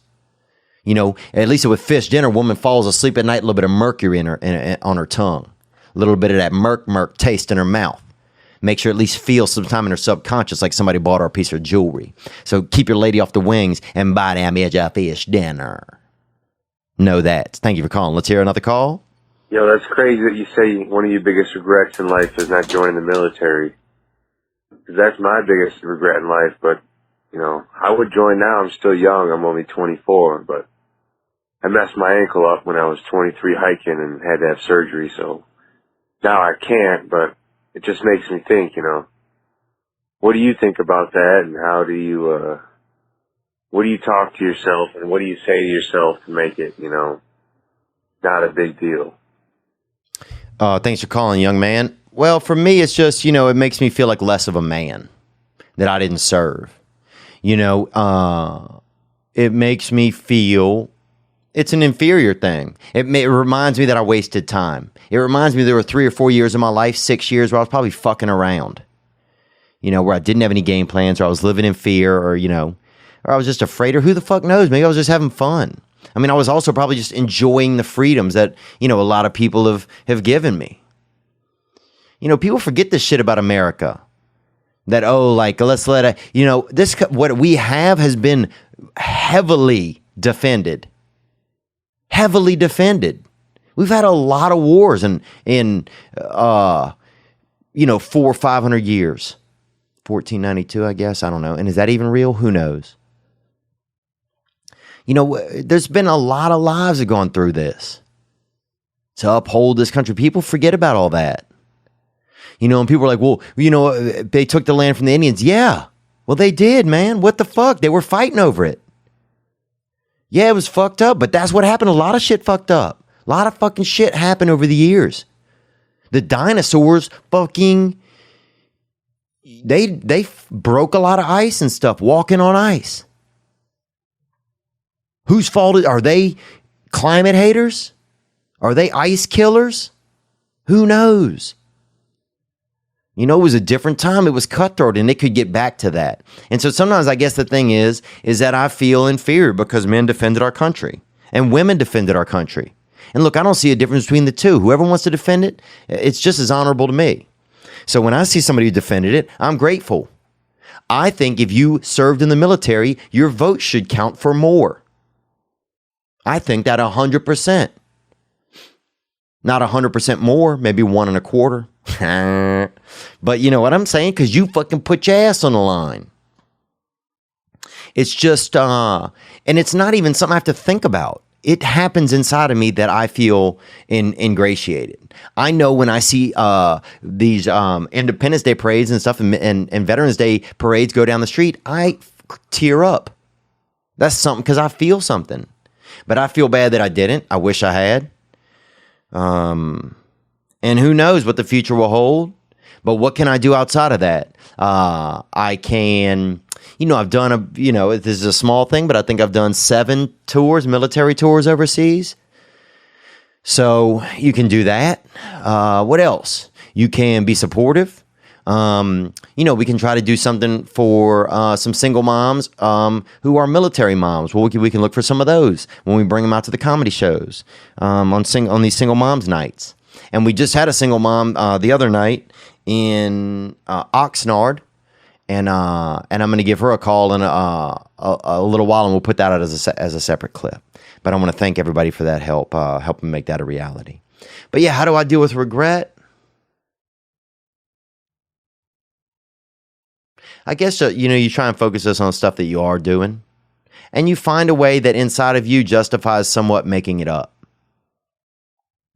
I have a friend who struggles sometimes, who is in the military. Sometimes I will, sometimes he'll ask me for money, and sometimes I will give him money. And for some people that may, well, you're just, that's not that's not, you don't, teach a man to fish, give a man a fish, that thing. But he, to me, it's, I have freedoms. I don't know.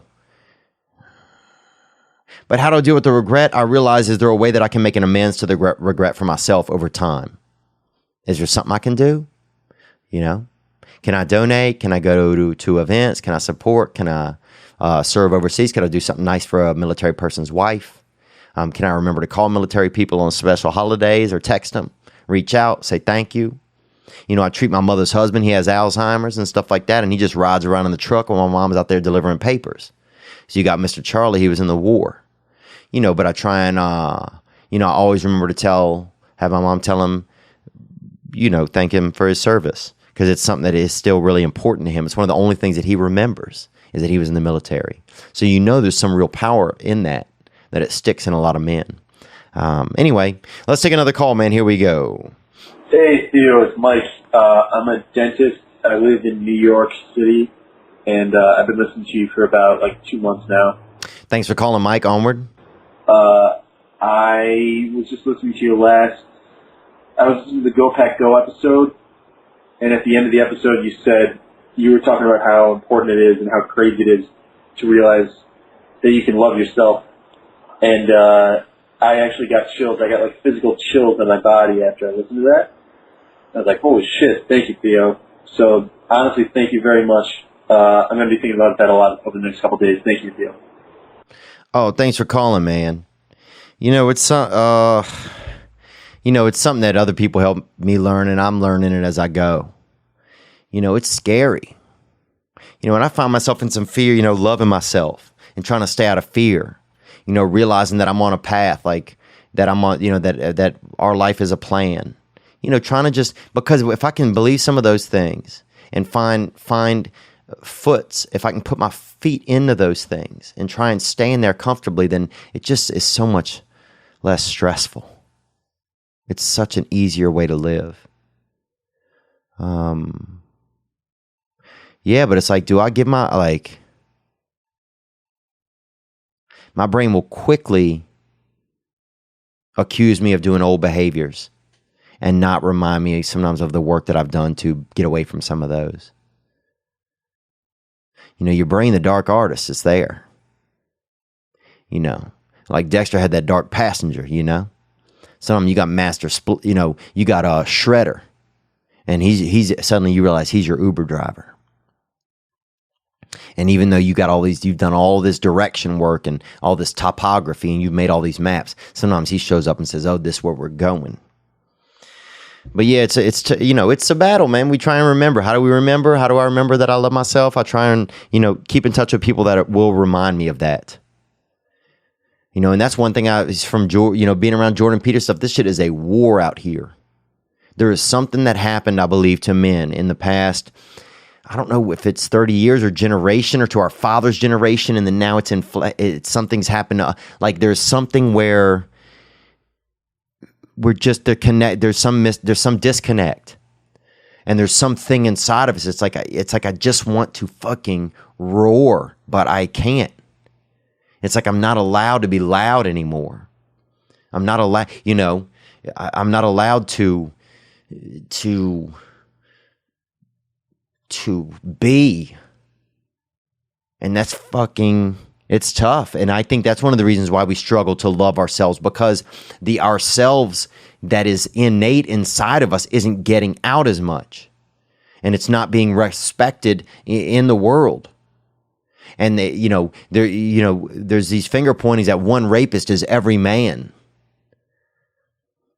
Or one bad person is that, it's just hard. And there's something going on where, I don't know if we didn't learn something from our fathers, or or our fathers didn't, if their fathers were away at war and they didn't learn. I don't know, but there's something intense happening. It feels like a lot of times. And maybe that's one of the reasons why we have a tough time like loving ourselves, because I don't know if we all see our self-worth. And I say, if we, and I just mean me, but look, I'm glad that you feel that way, and I'm glad you're brave enough to call and say that. And, I don't know. I just want to stay out of my own ego and try and just try and keep, and just try and grow up, I guess. I don't know what I want to do, but sometimes I want to be just a kid again. Sometimes I don't want to grow up at all. I don't want anything to change. Sometimes life just happens so fast that it just makes me just so scared, because I feel like I'm just not doing it right. And I'm not getting it right. And I'm not, I mean, that's one thing about being around Mr. Peterson, is that you do want to live in the light. You want to live a clean life.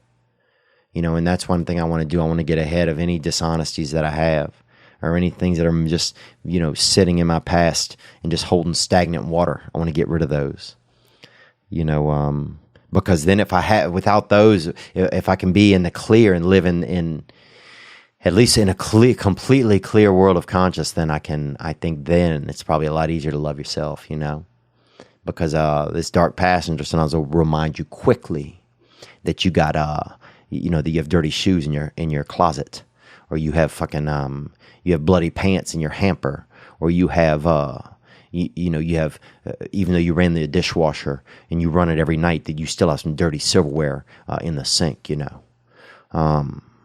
Anyway, but thank you for calling, man. I appreciate it. Let's hear this. We had the best and worst caller. This is our winner from last month, and you talked about Go Pack Go. Here we go. Hey, Theo. It's your boy Cooter over here in Idaho. So I'm calling to do your little, your best weekend, worst weekend deal. Saturday was my birthday.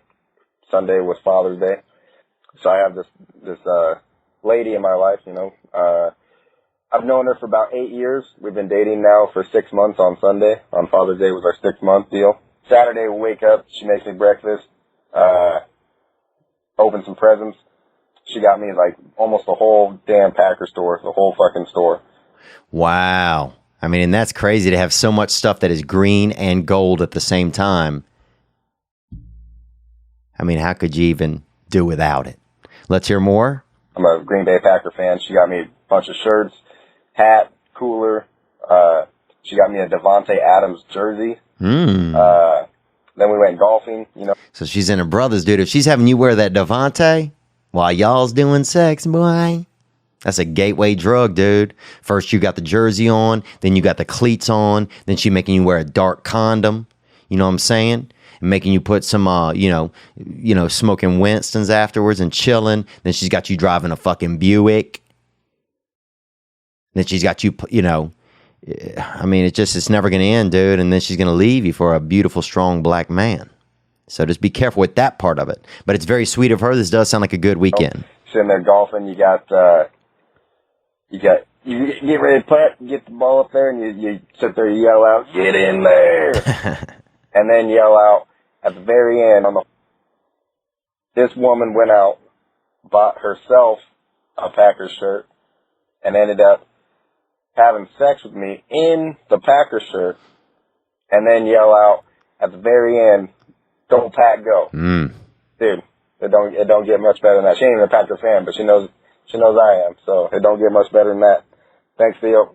Wow, and that's our best weekend right there. That man, his wife, his girl isn't even a Packer fan, but she, you know, got packed up and they shipped each other to in the Coom town, straight up Coom town.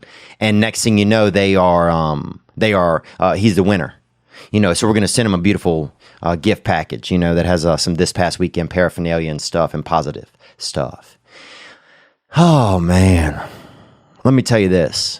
That you can hit the hotline too. Let us know what your best weekend or worst weekend, whatever this past weekend was. Don't tell us some shit from years ago. I don't care. People don't care. If it ain't fresh, boy, we ain't serving it. So you hit us with that fresh mess, and at the same time, just leave it on the voicemail 985-664-9503. As always, you can hit the hotline. And if you have any thoughts, suggestions, comments, you want to be involved, you have a question, if you have a struggle, if you are dealing with something, and you think that we can, and you want to introduce it to our world, the number is 985-664-9503, and we listen to every call. And we'll have one contestant right here, a new contestant for this new month of July for best weekend ever. But that is our Go Pack Go is our winner for last month, and we will we'll hit you up and get the information from you. Here you go. Theo, it's Ryan from Charlotte. I know you had the best and worst weekends thing going on about 2 weeks ago. Relapsed. Did heroin. I was clean for about 3 years. Wow, man. I'm sorry to hear that. Wow. Oh, 3 years and then to go out, man. I'm sure I'm sure it probably really scared you. So I'm sorry you had to go through that, man.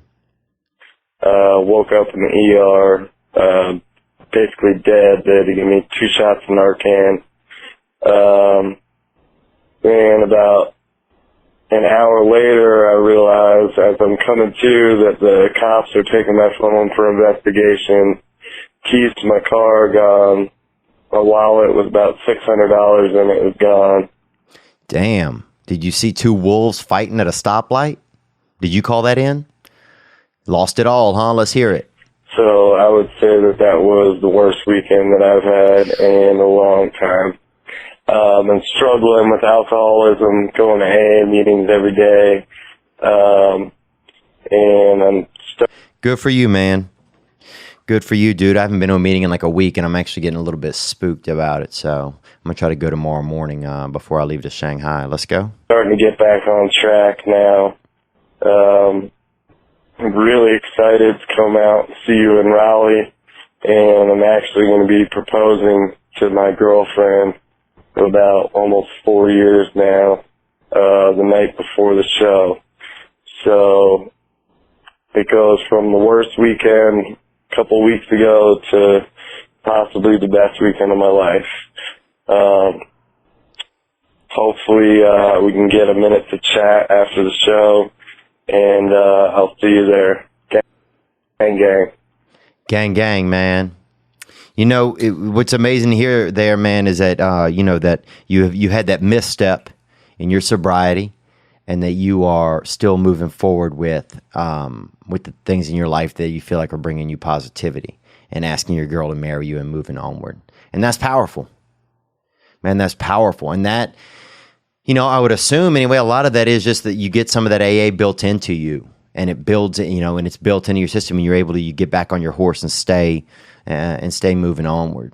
And dude, if that isn't the definition of onward, to have that relapse, to have that moment, when you probably had a vision of exactly what it was going to look like. You probably had you and your girl on that porch. You probably had your swing. You probably had a little bit of music, maybe a puppy out there, maybe 2 dogs even fucking off by the side of the house. You know what I'm saying? A lot of rich people, they like watching all of that shit, or homeowners. That's why a lot of them have 2 dogs. I'm like, you need 2 dogs, dude? Or are you just watching them fuck at night? But, you might have had that vision, that vision. And then, man, it can all, especially after a night of drugs or partying, it can all disappear. Or it can feel like it can.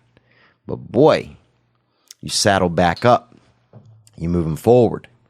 And I hope that I see you and your fiance in Raleigh, North Carolina, and that's 2 weeks from now. Man, that's awesome. And that's at over at Good Nights Comedy. And I hope that that we can definitely chat for a minute, man. Hopefully we can chat for even more. But if she does say yes, man, make sure she wears that ring and comes on out, dude. I want to thank everybody who called in.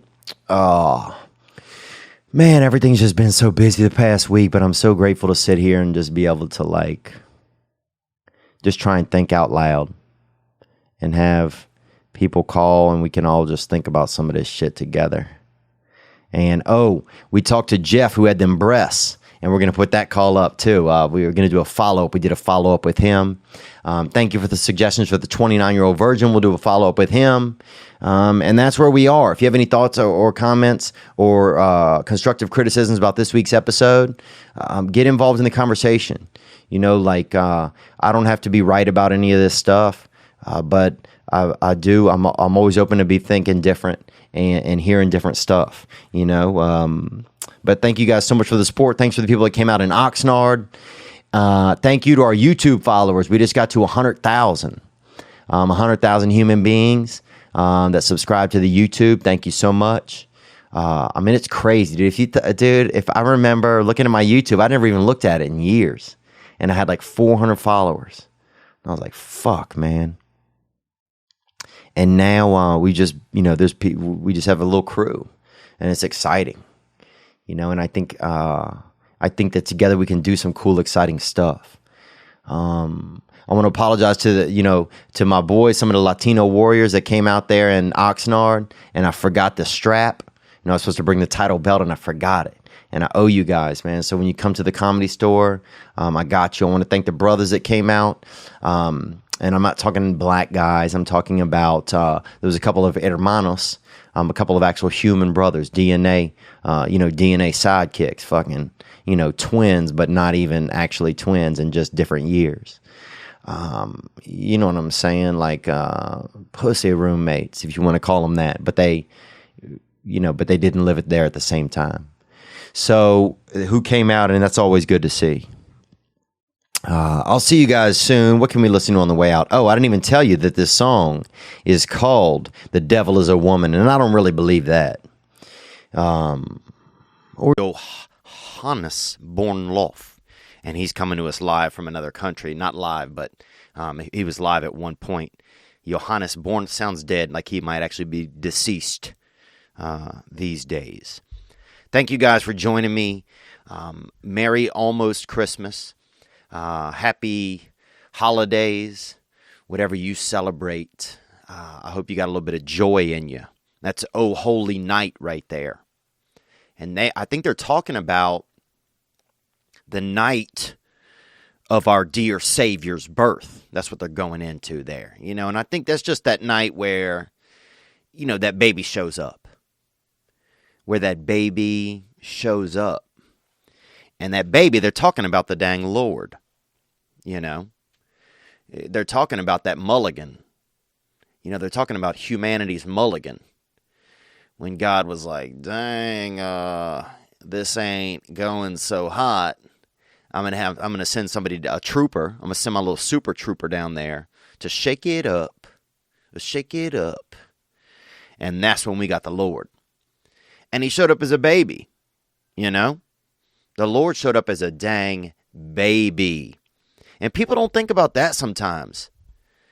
Because if I go into battle, if I'm going out there to get things done, if what I'm saying? If I even go outside and it's raining, I need an umbrella. If I even, if it's going to be dusty, I need to, have special goggles. If I'm going into a scary area, I might take a bow and arrow or take a little hatchet. But to think that the Lord showed up out here, he showed up out here as a baby to do battle. And that's that's sneaky, and that's beautiful. And that's one thing that I think sometimes about, when you get into these stories of, into these religious tales, and you hear them, they're all kind of like they're all, fables, if you will.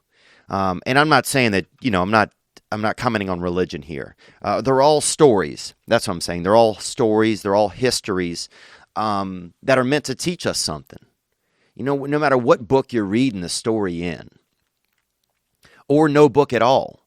But I do believe you're out there running freelance without any higher power in your life. Good luck out there, okay? Because you're trying to work an iPhone without a charger cable, as far as I'm concerned. But it is interesting when you think about that, the Lord showed up as a dang baby to do battle. Dude, that's the last thing I would do. It just doesn't seem, it's, well, first of all, nobody expects it. So it's crafty. That's crafty.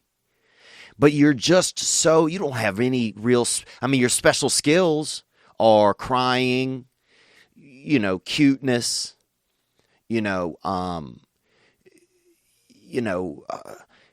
making noises, cute noises. That's like basically your superpower is cute noises and burping. That was the Lord's superpowers when he showed up as a baby. And that's just brave, I think. I think it's brave to show up and do battle, to take away the sins of the world as a dang baby. Spider-Man was Peter Parker. Clark Kent. At least Superman, he started off, he worked at a newspaper. But the Lord showed up and said, you know what? Send me in as a baby, and I'm still going to get the job done. So I got to say, world's most successful baby or entrepreneur as a human, the Lord. And it's that time of year, man, and that's what they're talking about, that oh holy night. And it's just about, how you show up. How do you show up? And this holiday season, that's what I'm thinking about. It's been a tough year. For me, it's been a tough year, I feel like, to be a man. And we've discussed that over the year, and, we've all thought about it. We've had a lot of callers. And it's been tough, and I'm tried. I'm tried. I'm tried by my own ego. I'm tried by the world. I'm tried by others. Everything tries me, tries to get me to step outside of my goodness, It's trying to get me to step outside and be reaching out in the dark arts, and reaching into, I'm supposed to just be at the fridge to get a sip of milk, but next thing you know, I'm in the cheese drawer, and I got a knife and I'm cutting little pieces of cheese into my mouth, or I'm doing something that I shouldn't be doing. And that's what I find a lot of times, is that it's hard for me to stay in my zone, stay in my manhood, and just toe the line. It's tough. It's tough out there. It is tough out there. And to show up as a baby and to toe the line, I think, that's pretty cool. And it's a powerful story. And also to be born out there in the desert, man. That's crazy. I know good and well. Have you seen a baby out in Arizona, dude? You go out there to out towards Bisbee, Arizona, out there outside of Glendale, where it hits 130. Do you see a baby out there look like a damn lizard? They got babies out there weigh 4 or 5 pounds, and they're probably about 9 months old. You got a lot of babies that look like smokers. They look like they've been smoking cigarettes. And they're, scaly. You know what I'm saying? You got a little bit of, they got that lizard in them. They got long tongues. It's hard to be a baby in a desert. Because you need milk. They barely have anything you can even get milk out of in a desert. And it's that time of year, though. It's that oh holy night. And I like hearing that one on Christmas Eve and on Christmas time. And, and I picture myself, doing something romantic, honestly. And that's what I guess what I'm thinking about right now. I'm thinking about holidays are this week. I just got to get through this week. And how am I going to show up as a man and do what I got to do? Because I need to. I need to be there if I got a family. I need to be there, I got to treat my spouse or my significant other with some respect. One thing you can definitely do is, I notice if you get your ladies a gift, don't use the same wrapping paper that you use for the children's stuff. Dude, get your girl something nice. Get her some nice paper or something sentimental. Wrap it in a, maybe her favorite shirt or your favorite shirt. Tape it up. And just use different things than you use for the children's stuff. Show her that you did that little bit of extra. Or if you're dating a man, if you got a man that's a lover. If you're in love with someone that's just like you. Which I think that's the only thing sometime about homosexuality. It's a little bit egotistical. Oh yeah, I think I'm such a great man, I'm gonna love another man. That's the part sometimes to me. But you got to show up this year as a man. And that's what I'm trying to do. I'm trying to get out there, and let my small breasts out. These baby A cups I got.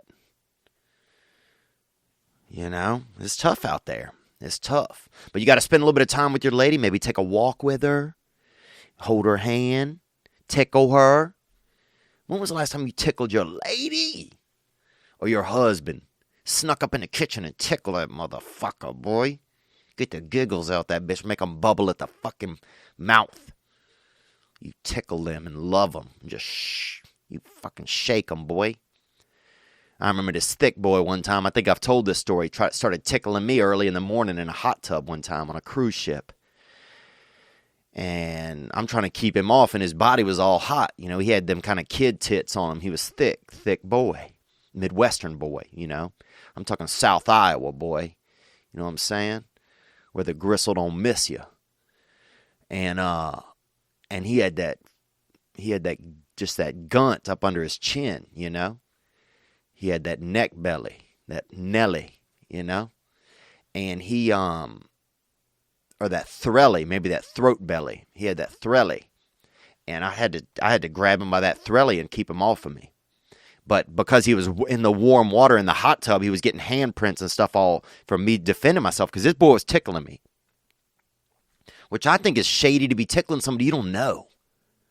You tickle a loved one or you tickle a kid at a party. Where you tickle an old man if they're, sleeping on a plane or something and you're trying to liven them up. But you don't just tickle fucking just... you just don't tickle an adult if you're a kid unless you're trying to, I think, get that money. I think, in hindsight, this boy was trying to get me to get randy with him, so then it looks like I'm trying to, be weird around children. Next thing you know, he shows up, he gets out of the hot tub, he's got my handprints all over him from defending myself, and next thing you know, I'm guilty. I'm guilty of because it obviously looks like I've been touching him, because his body holds a lot of handprints because he got that, that gristle, that hot, when you got a little bit of meat on you and a little bit of thickness, when it heats up, you can leave handprints on it. And that's just a trial that I went through, and that was last year. But yeah, it's time to show up and be a man. So you got to do something special with your lady. You got to tickle her, touch her neck, touch her ears, man. Touch it. But when's the last time you touched your lady's ears or your husband, if you got a little husband? It's time. It's that time of year to show up like a man. Maybe do a little bit of recommitment to your loved one. Or tell your kid you love them again. Because I've never had a child, dude, but I've been around some children. And sometimes it's hit or miss. I was with a group the other day, and there was a man who, admitted that he had never really loved his son because his son wasn't really the way that he wanted his son to be. And that shook me down. I never even had a child, but, it's just crazy it's just a heavy thought to think that kind of stuff goes on out there and there's nothing we can do about it. Sometimes just the way we are, we just have to manage it. If we got an infection, we got an affliction, and we got a little bit of the dark arts, we got that fancy nasty just nipping at our neck. If that fancy nasty monster is nipping at your neck, sometimes you just have to just shake it off. And you got to stand there and do whatever man have to do and be a man. That's where I'm at. But I wish everybody a happy holiday season. Be that baby. Show up and be that wild baby. I mean, you know what I'm saying? Jesus Christmas was a beautiful baby. I mean, that baby showed up in the desert. Had a couple of old dudes walked out to the middle of the desert to meet a baby. Now, 100% illegal to do that. 100% illegal. In fact, it's a TV show now. Hell, if you're an old man even going to meet a 14-year-old for some lemonade or whatever, they bust you. So the fact that 3 old men were cruising out into the desert to meet a child, that's a crime now. That's wild to think that what is the story of one of the most popular religions is now a crime. And they got sheep there and animals. You can't have children around livestock. I know there's some, in some states there's some legal issues about that if you're trying to transport them across state lines and stuff. So, who knows? Who knows? But I think if the Lord ever come back, it's going to be through an alien. Or how else could he come back? Maybe Portal, wishing well. I don't know. He could fly out of Elon Musk's nutsack, I bet. Who knows how he could come back? But it's nice to think. It's exciting. And it's exciting. And that's what we got to do this holiday season as fellas. We got to stay in there and stay excited.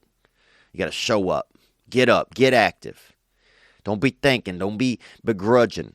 Go to your mother-in-law's before you get there. It's not the same old visit. This isn't the same visit you went last week. This isn't the same visit you went 2 weeks ago. This is a special morning. You got to make it special. Make it special for your spouse. Make it special for your children, your animal. Put a jingle bell on your animal. If you got a special animal, put a couple jingle bells on his ass. You know what I'm saying? Show up and do what you have to do as a man. You gonna make mistakes? Dude, I made a mistake earlier. I had I've always run out of gas in my life. And with automobile, I'll run out of automobile gas. And most automobiles run on gas, dude.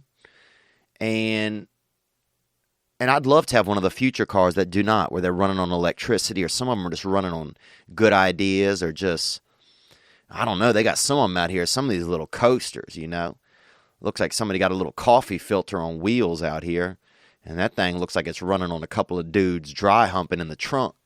I don't know how those things are running, what energy those are running on. But you want to...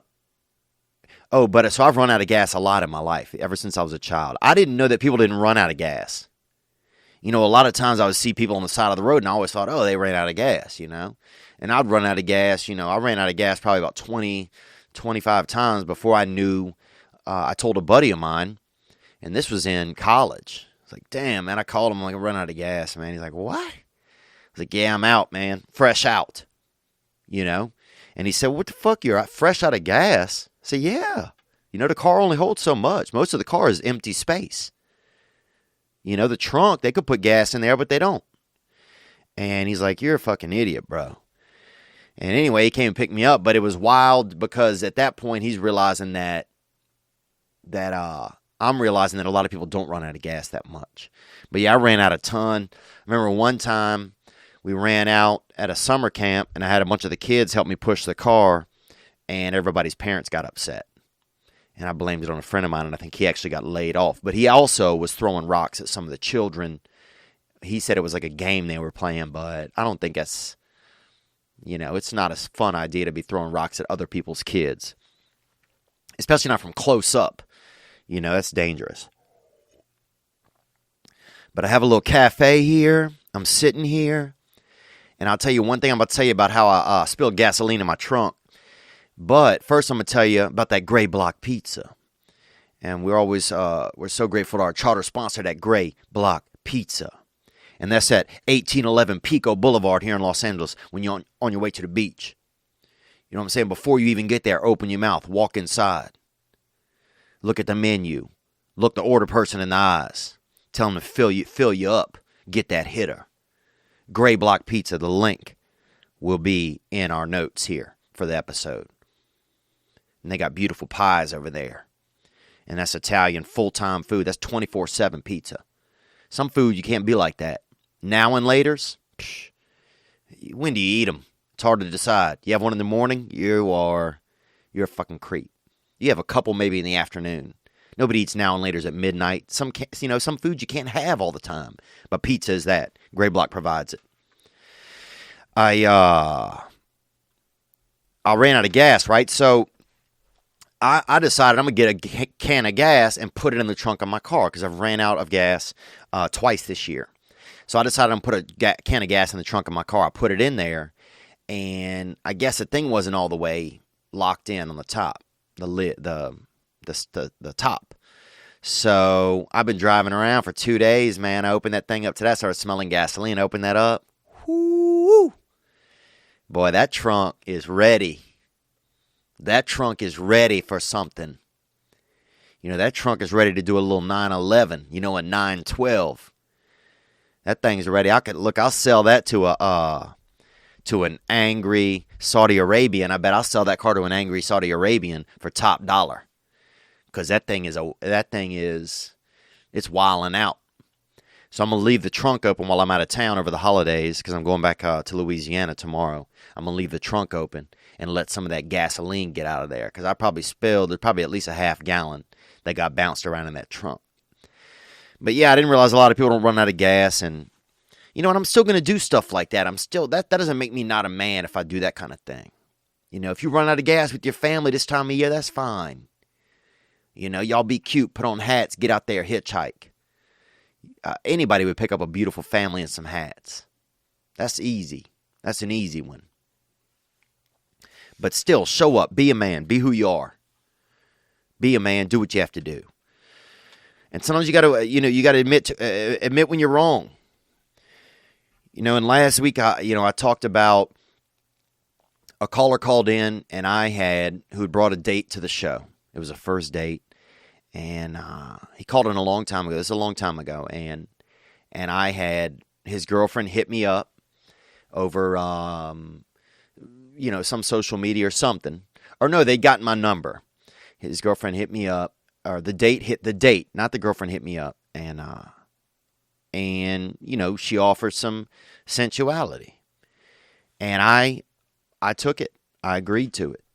You know, I knew it was wrong. I knew that I'd met these people, I hung out with them, and the next thing you know, I'm out there trying to cultivate this lady, and I felt bad about it. But we had some calls that came in about it. You know, some of our listeners weren't happy. I'm going to comment on that in a second, but here's a guy who called in. He called in a couple of times as he heard the episode from last week. He called in a few times. Here it is. Fucking serious, dude. I just had to turn the podcast off because I think you just lost a fan, man. This is Joe from Pittsburgh, and I just heard you talking about how you fucked this dude's girlfriend knowingly. You knew exactly what the situation was. You went out with these people. You went to the bar. You hung out. And you went behind this dude's back, and you fucked this girl, and you said it wasn't even a good time. Dang, man. Hearing you say it like that, Joe, is you making me feel like a child. You know, you really are making me feel like a child. And I guess, it was childish behavior. You know, I was childish behavior. Homeward. Good time, so basically it wasn't even worth it. Theo, you got me so heated I had to call back and leave a second message. This is his second call. Joe called 3 times. And I just can't stop thinking about the story you just told about fucking this guy's girlfriend. And he keeps using the word fucking. And look, I appreciate you calling, Joe. And I'm playing this because I want I want to hear what you guys think. I want to hear what you guys' thoughts are. And I want to know. And I don't want to shy away from what's going on with me. But also, you say fucking a lot, buddy. And I wouldn't call what I do in the bed always fucking, you know. I would definitely call it, sporting around with my dick or cock, or entertaining a vagina. But definitely fucking is something like I feel like a brother does, or like a real hearty Italian, or those really skinny Polish dudes on the internet. Them dudes, my God, man. They look like they're powered by hydroelectricity, they just got that one pump just going, but that's not what I do, boy. I'm that shifty grifter when it comes down to being involved with the body parts. I'm not I wouldn't call sex my expertise at all. I'm a novice fucker. I've been in there. I've been out in them cooter streets, I've been out in them cooter streets and them booty byways, you know. But I'm definitely a novice. It's just not my finest attribute, my sexual abilities. Now, sometimes I'll get out there and, you know what I'm saying? Sometimes they think they getting that Miyagi, and I'll hit them in the cooter with that Karate Kid. You know, with that karate. Hi-ya! But let's hear more, Joe. But the fucking, you're making me feel like you're almost giving me too much credit. Onward. I can't, maybe she wasn't his girlfriend, but they were obviously together. They were out together. You knew it. You know, men are supposed to be hunters. I can't imagine that you can't go out and find your own chick. It's kind of like walking into somebody else's house and shooting their cat instead of just going out into the jungle and hunting a real tiger. I don't know if it's like that, but let's hear more. All right, Theo. Had some time to cool down. Still a little upset. Still going to be a fan. Once the tiny sand who hit me, I knew I had to call back and just let you know that I still don't approve.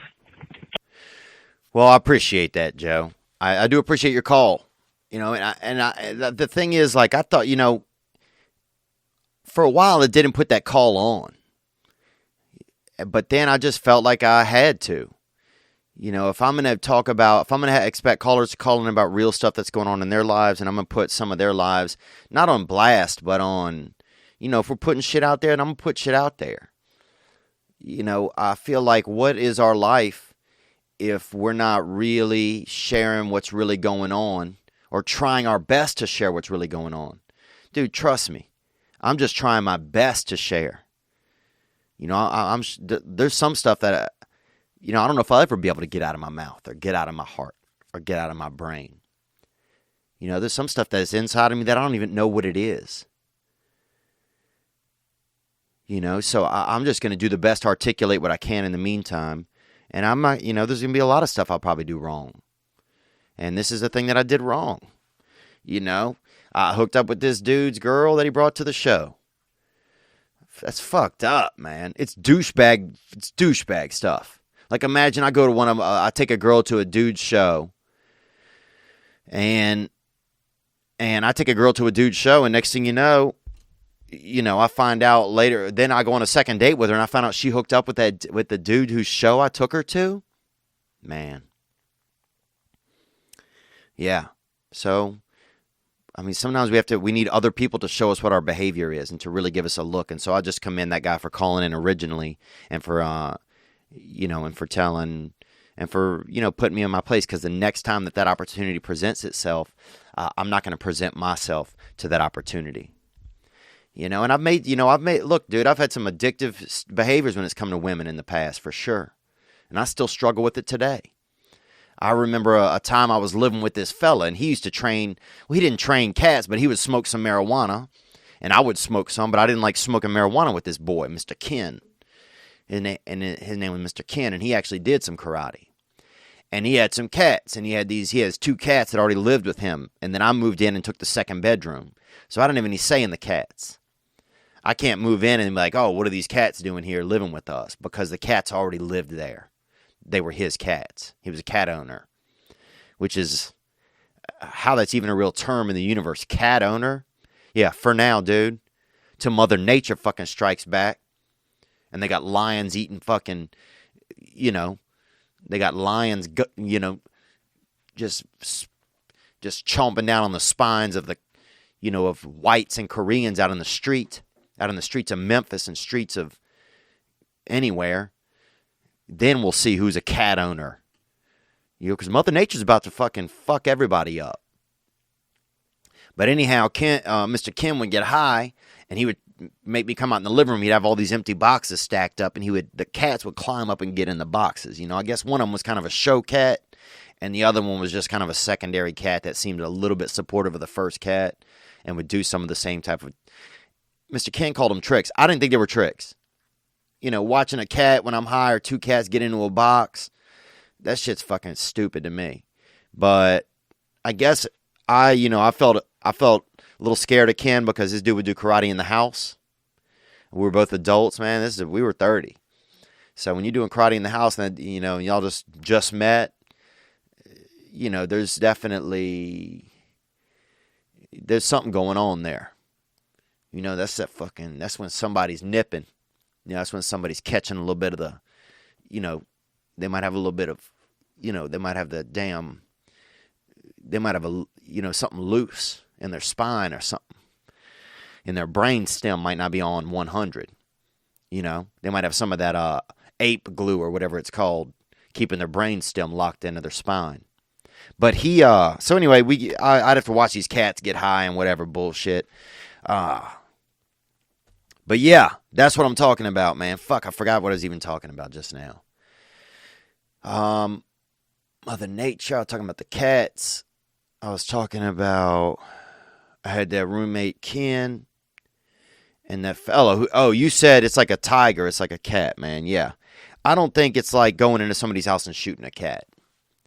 You know, I think it's just that, I was telling you this. So Ken, Mr. Ken, the dude who I lived with, one time I was moving out. I'm moving out of the place, right? And nobody had come to see the apartment. I'm showing the room. He's been advertising it because his name is on the lease. So I'm showing it, and this hot chick comes over. And I showed the room, and I started flirting with her, man, because I couldn't help myself. You know, sometimes I just cannot help myself. And Ken told me, I ended up getting her number. And Ken told me she left. He's like, man, she's really interested in the place. She seemed really cool. Don't hook up with this girl, man. Do not hook up with this girl. And I said, okay, Ken, I won't. I promise that I won't, man. And then a few hours later, whatever, she and I are texting.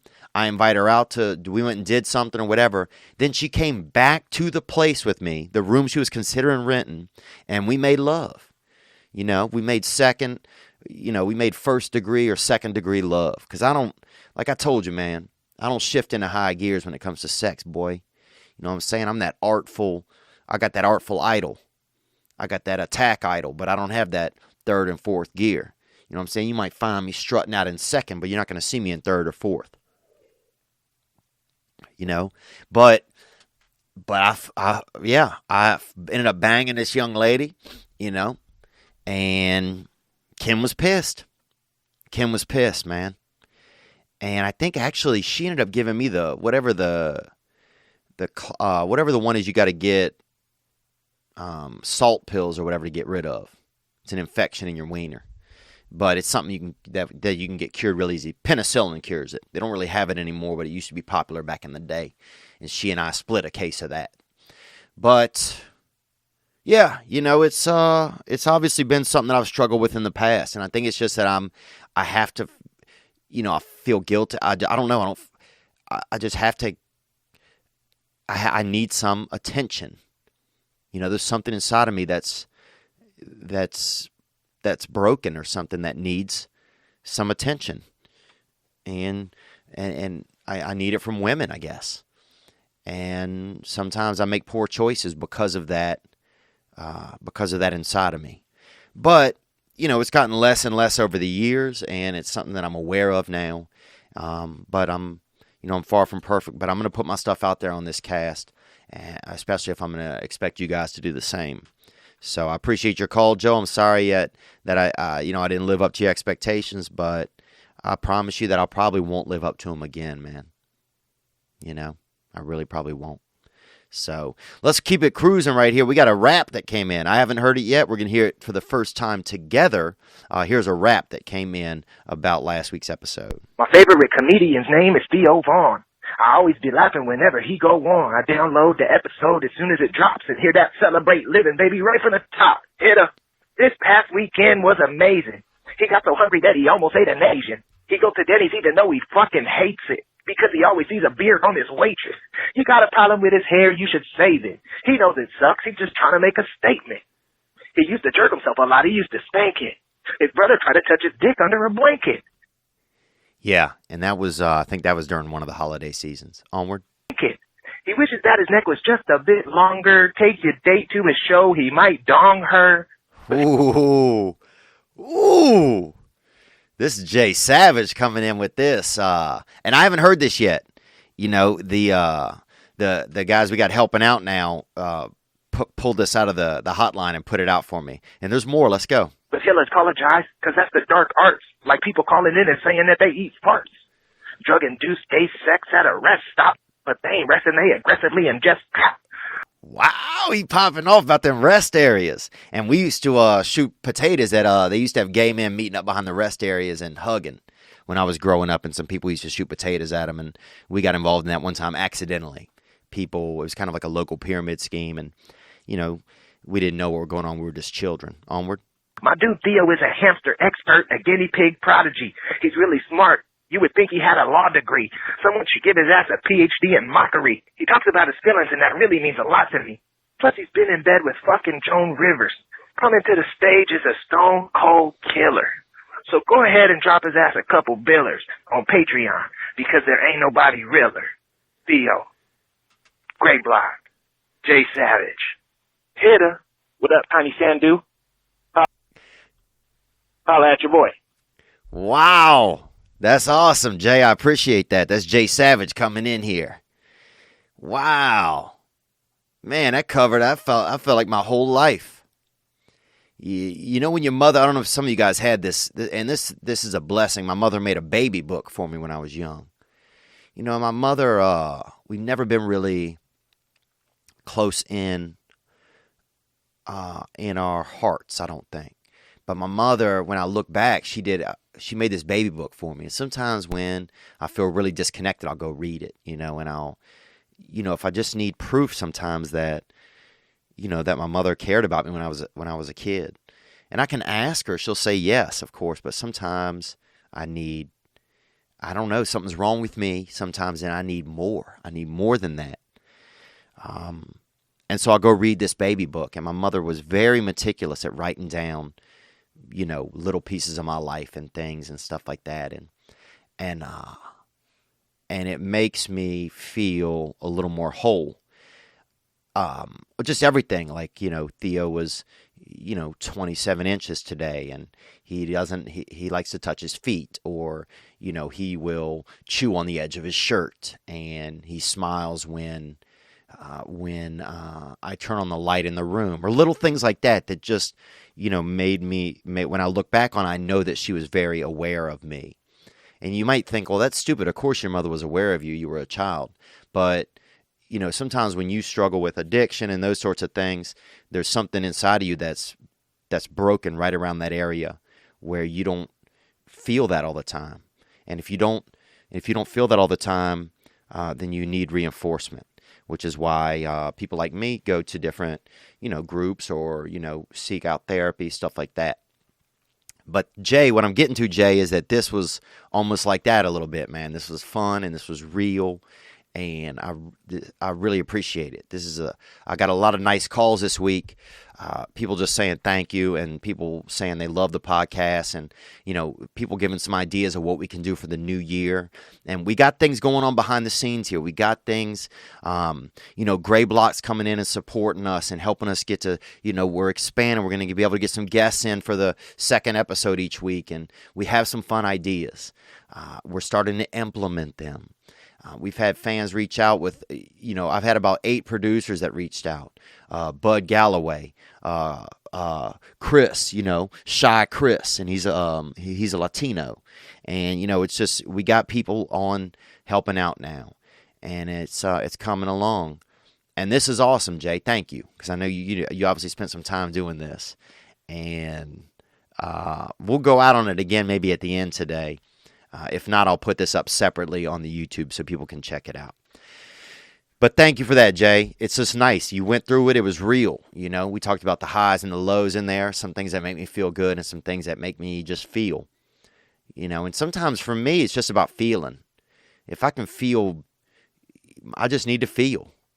You know, it doesn't matter if it's something that feels, you know, there were times in my life where I just needed to be mean. I needed to, you know, there are times where I just need to feel like people love me immediately. You know, I need to feel the affections of women. I need to feel like everybody's my friend. I need to feel supported. I mean, fuck, I have a disease where I need to be on stage. You know, being a stand-up comedian is an affliction. I have to go into a room with a couple hundred people that I do not know every night and I need them to laugh at me so I can go home and and lay in bed and feel okay.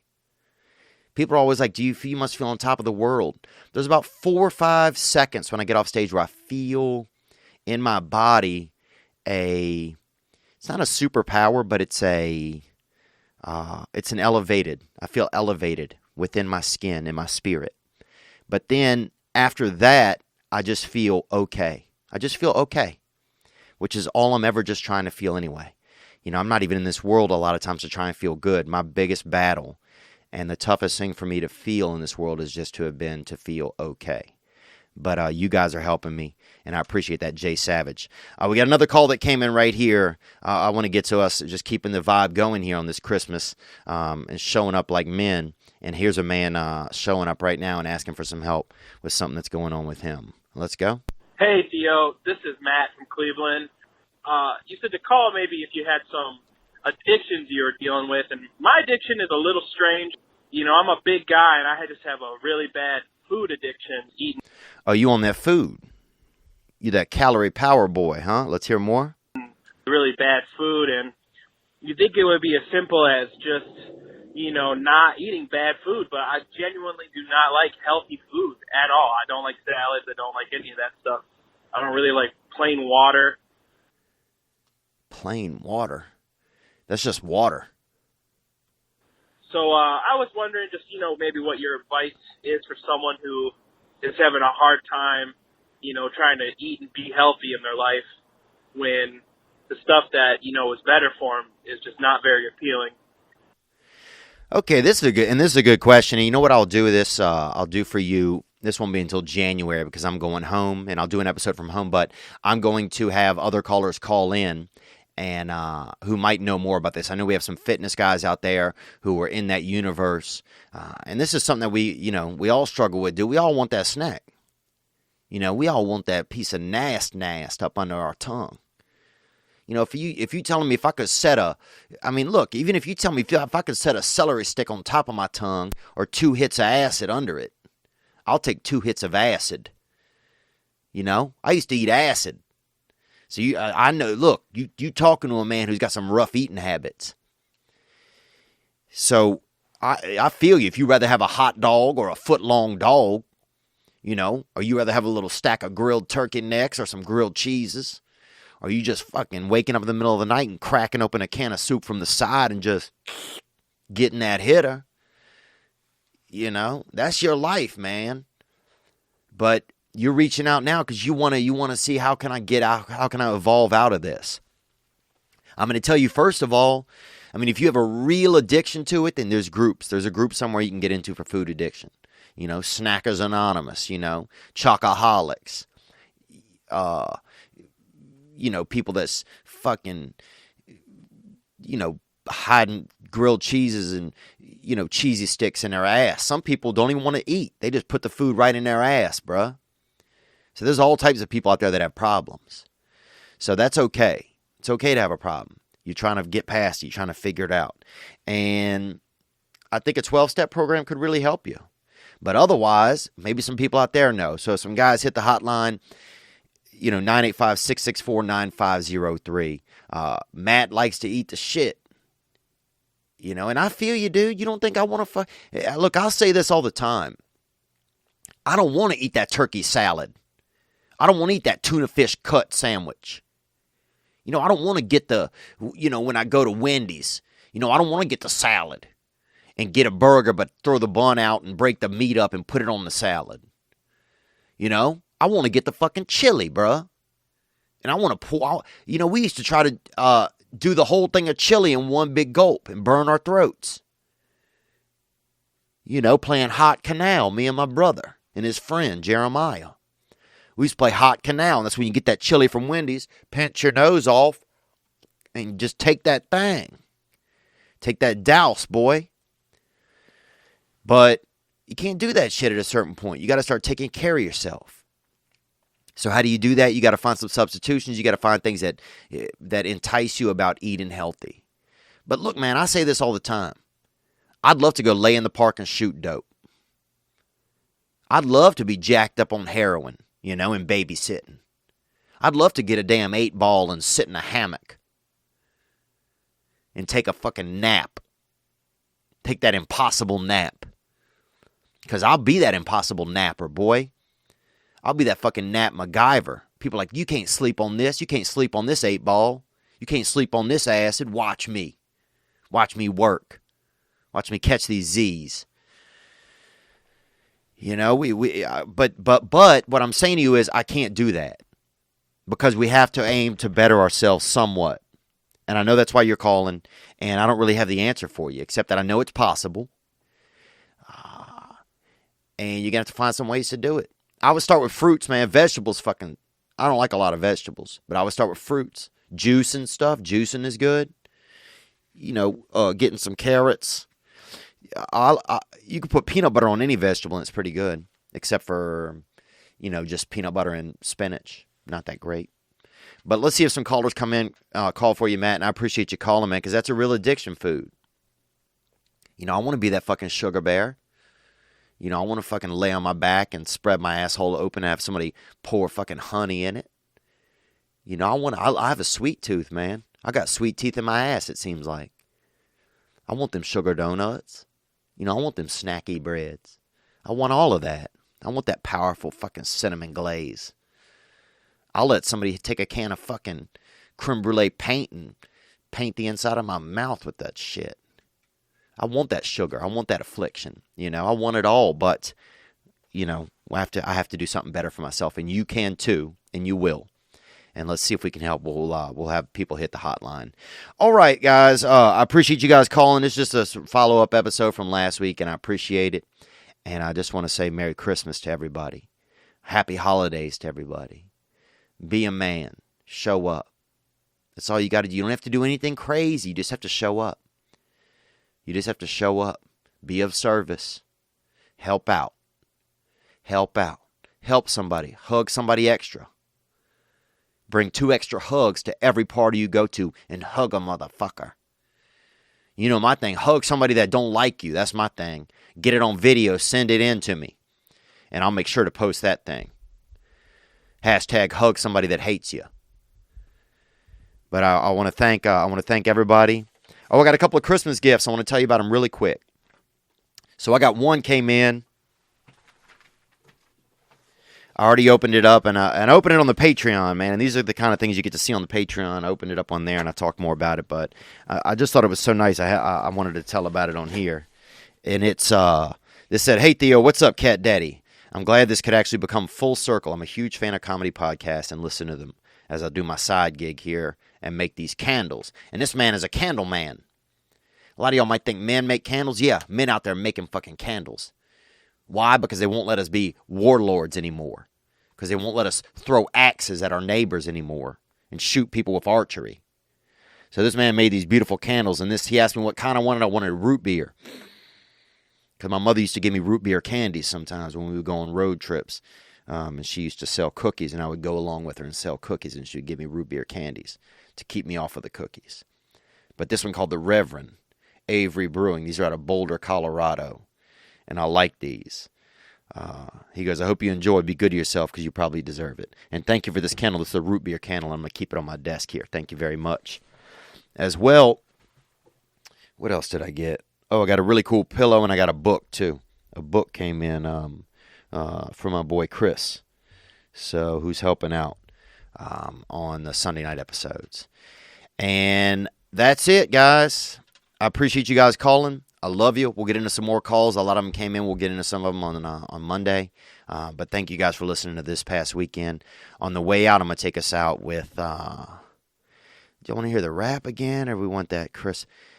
I don't know what to do. I'll let, what do we do? I think we go out with the sounds that we came in with. And no offense to you, Jay Savage. I'll put the wrap up separately in a separate clip. And this is Oh Holy Night, that piano for Epidemic Sounds, from Epidemic Sounds. But before we go, I got to also tell you that, and this is the truth, man, a lot of movies, they're not good. A lot of sequels, remakes, they keep doing it.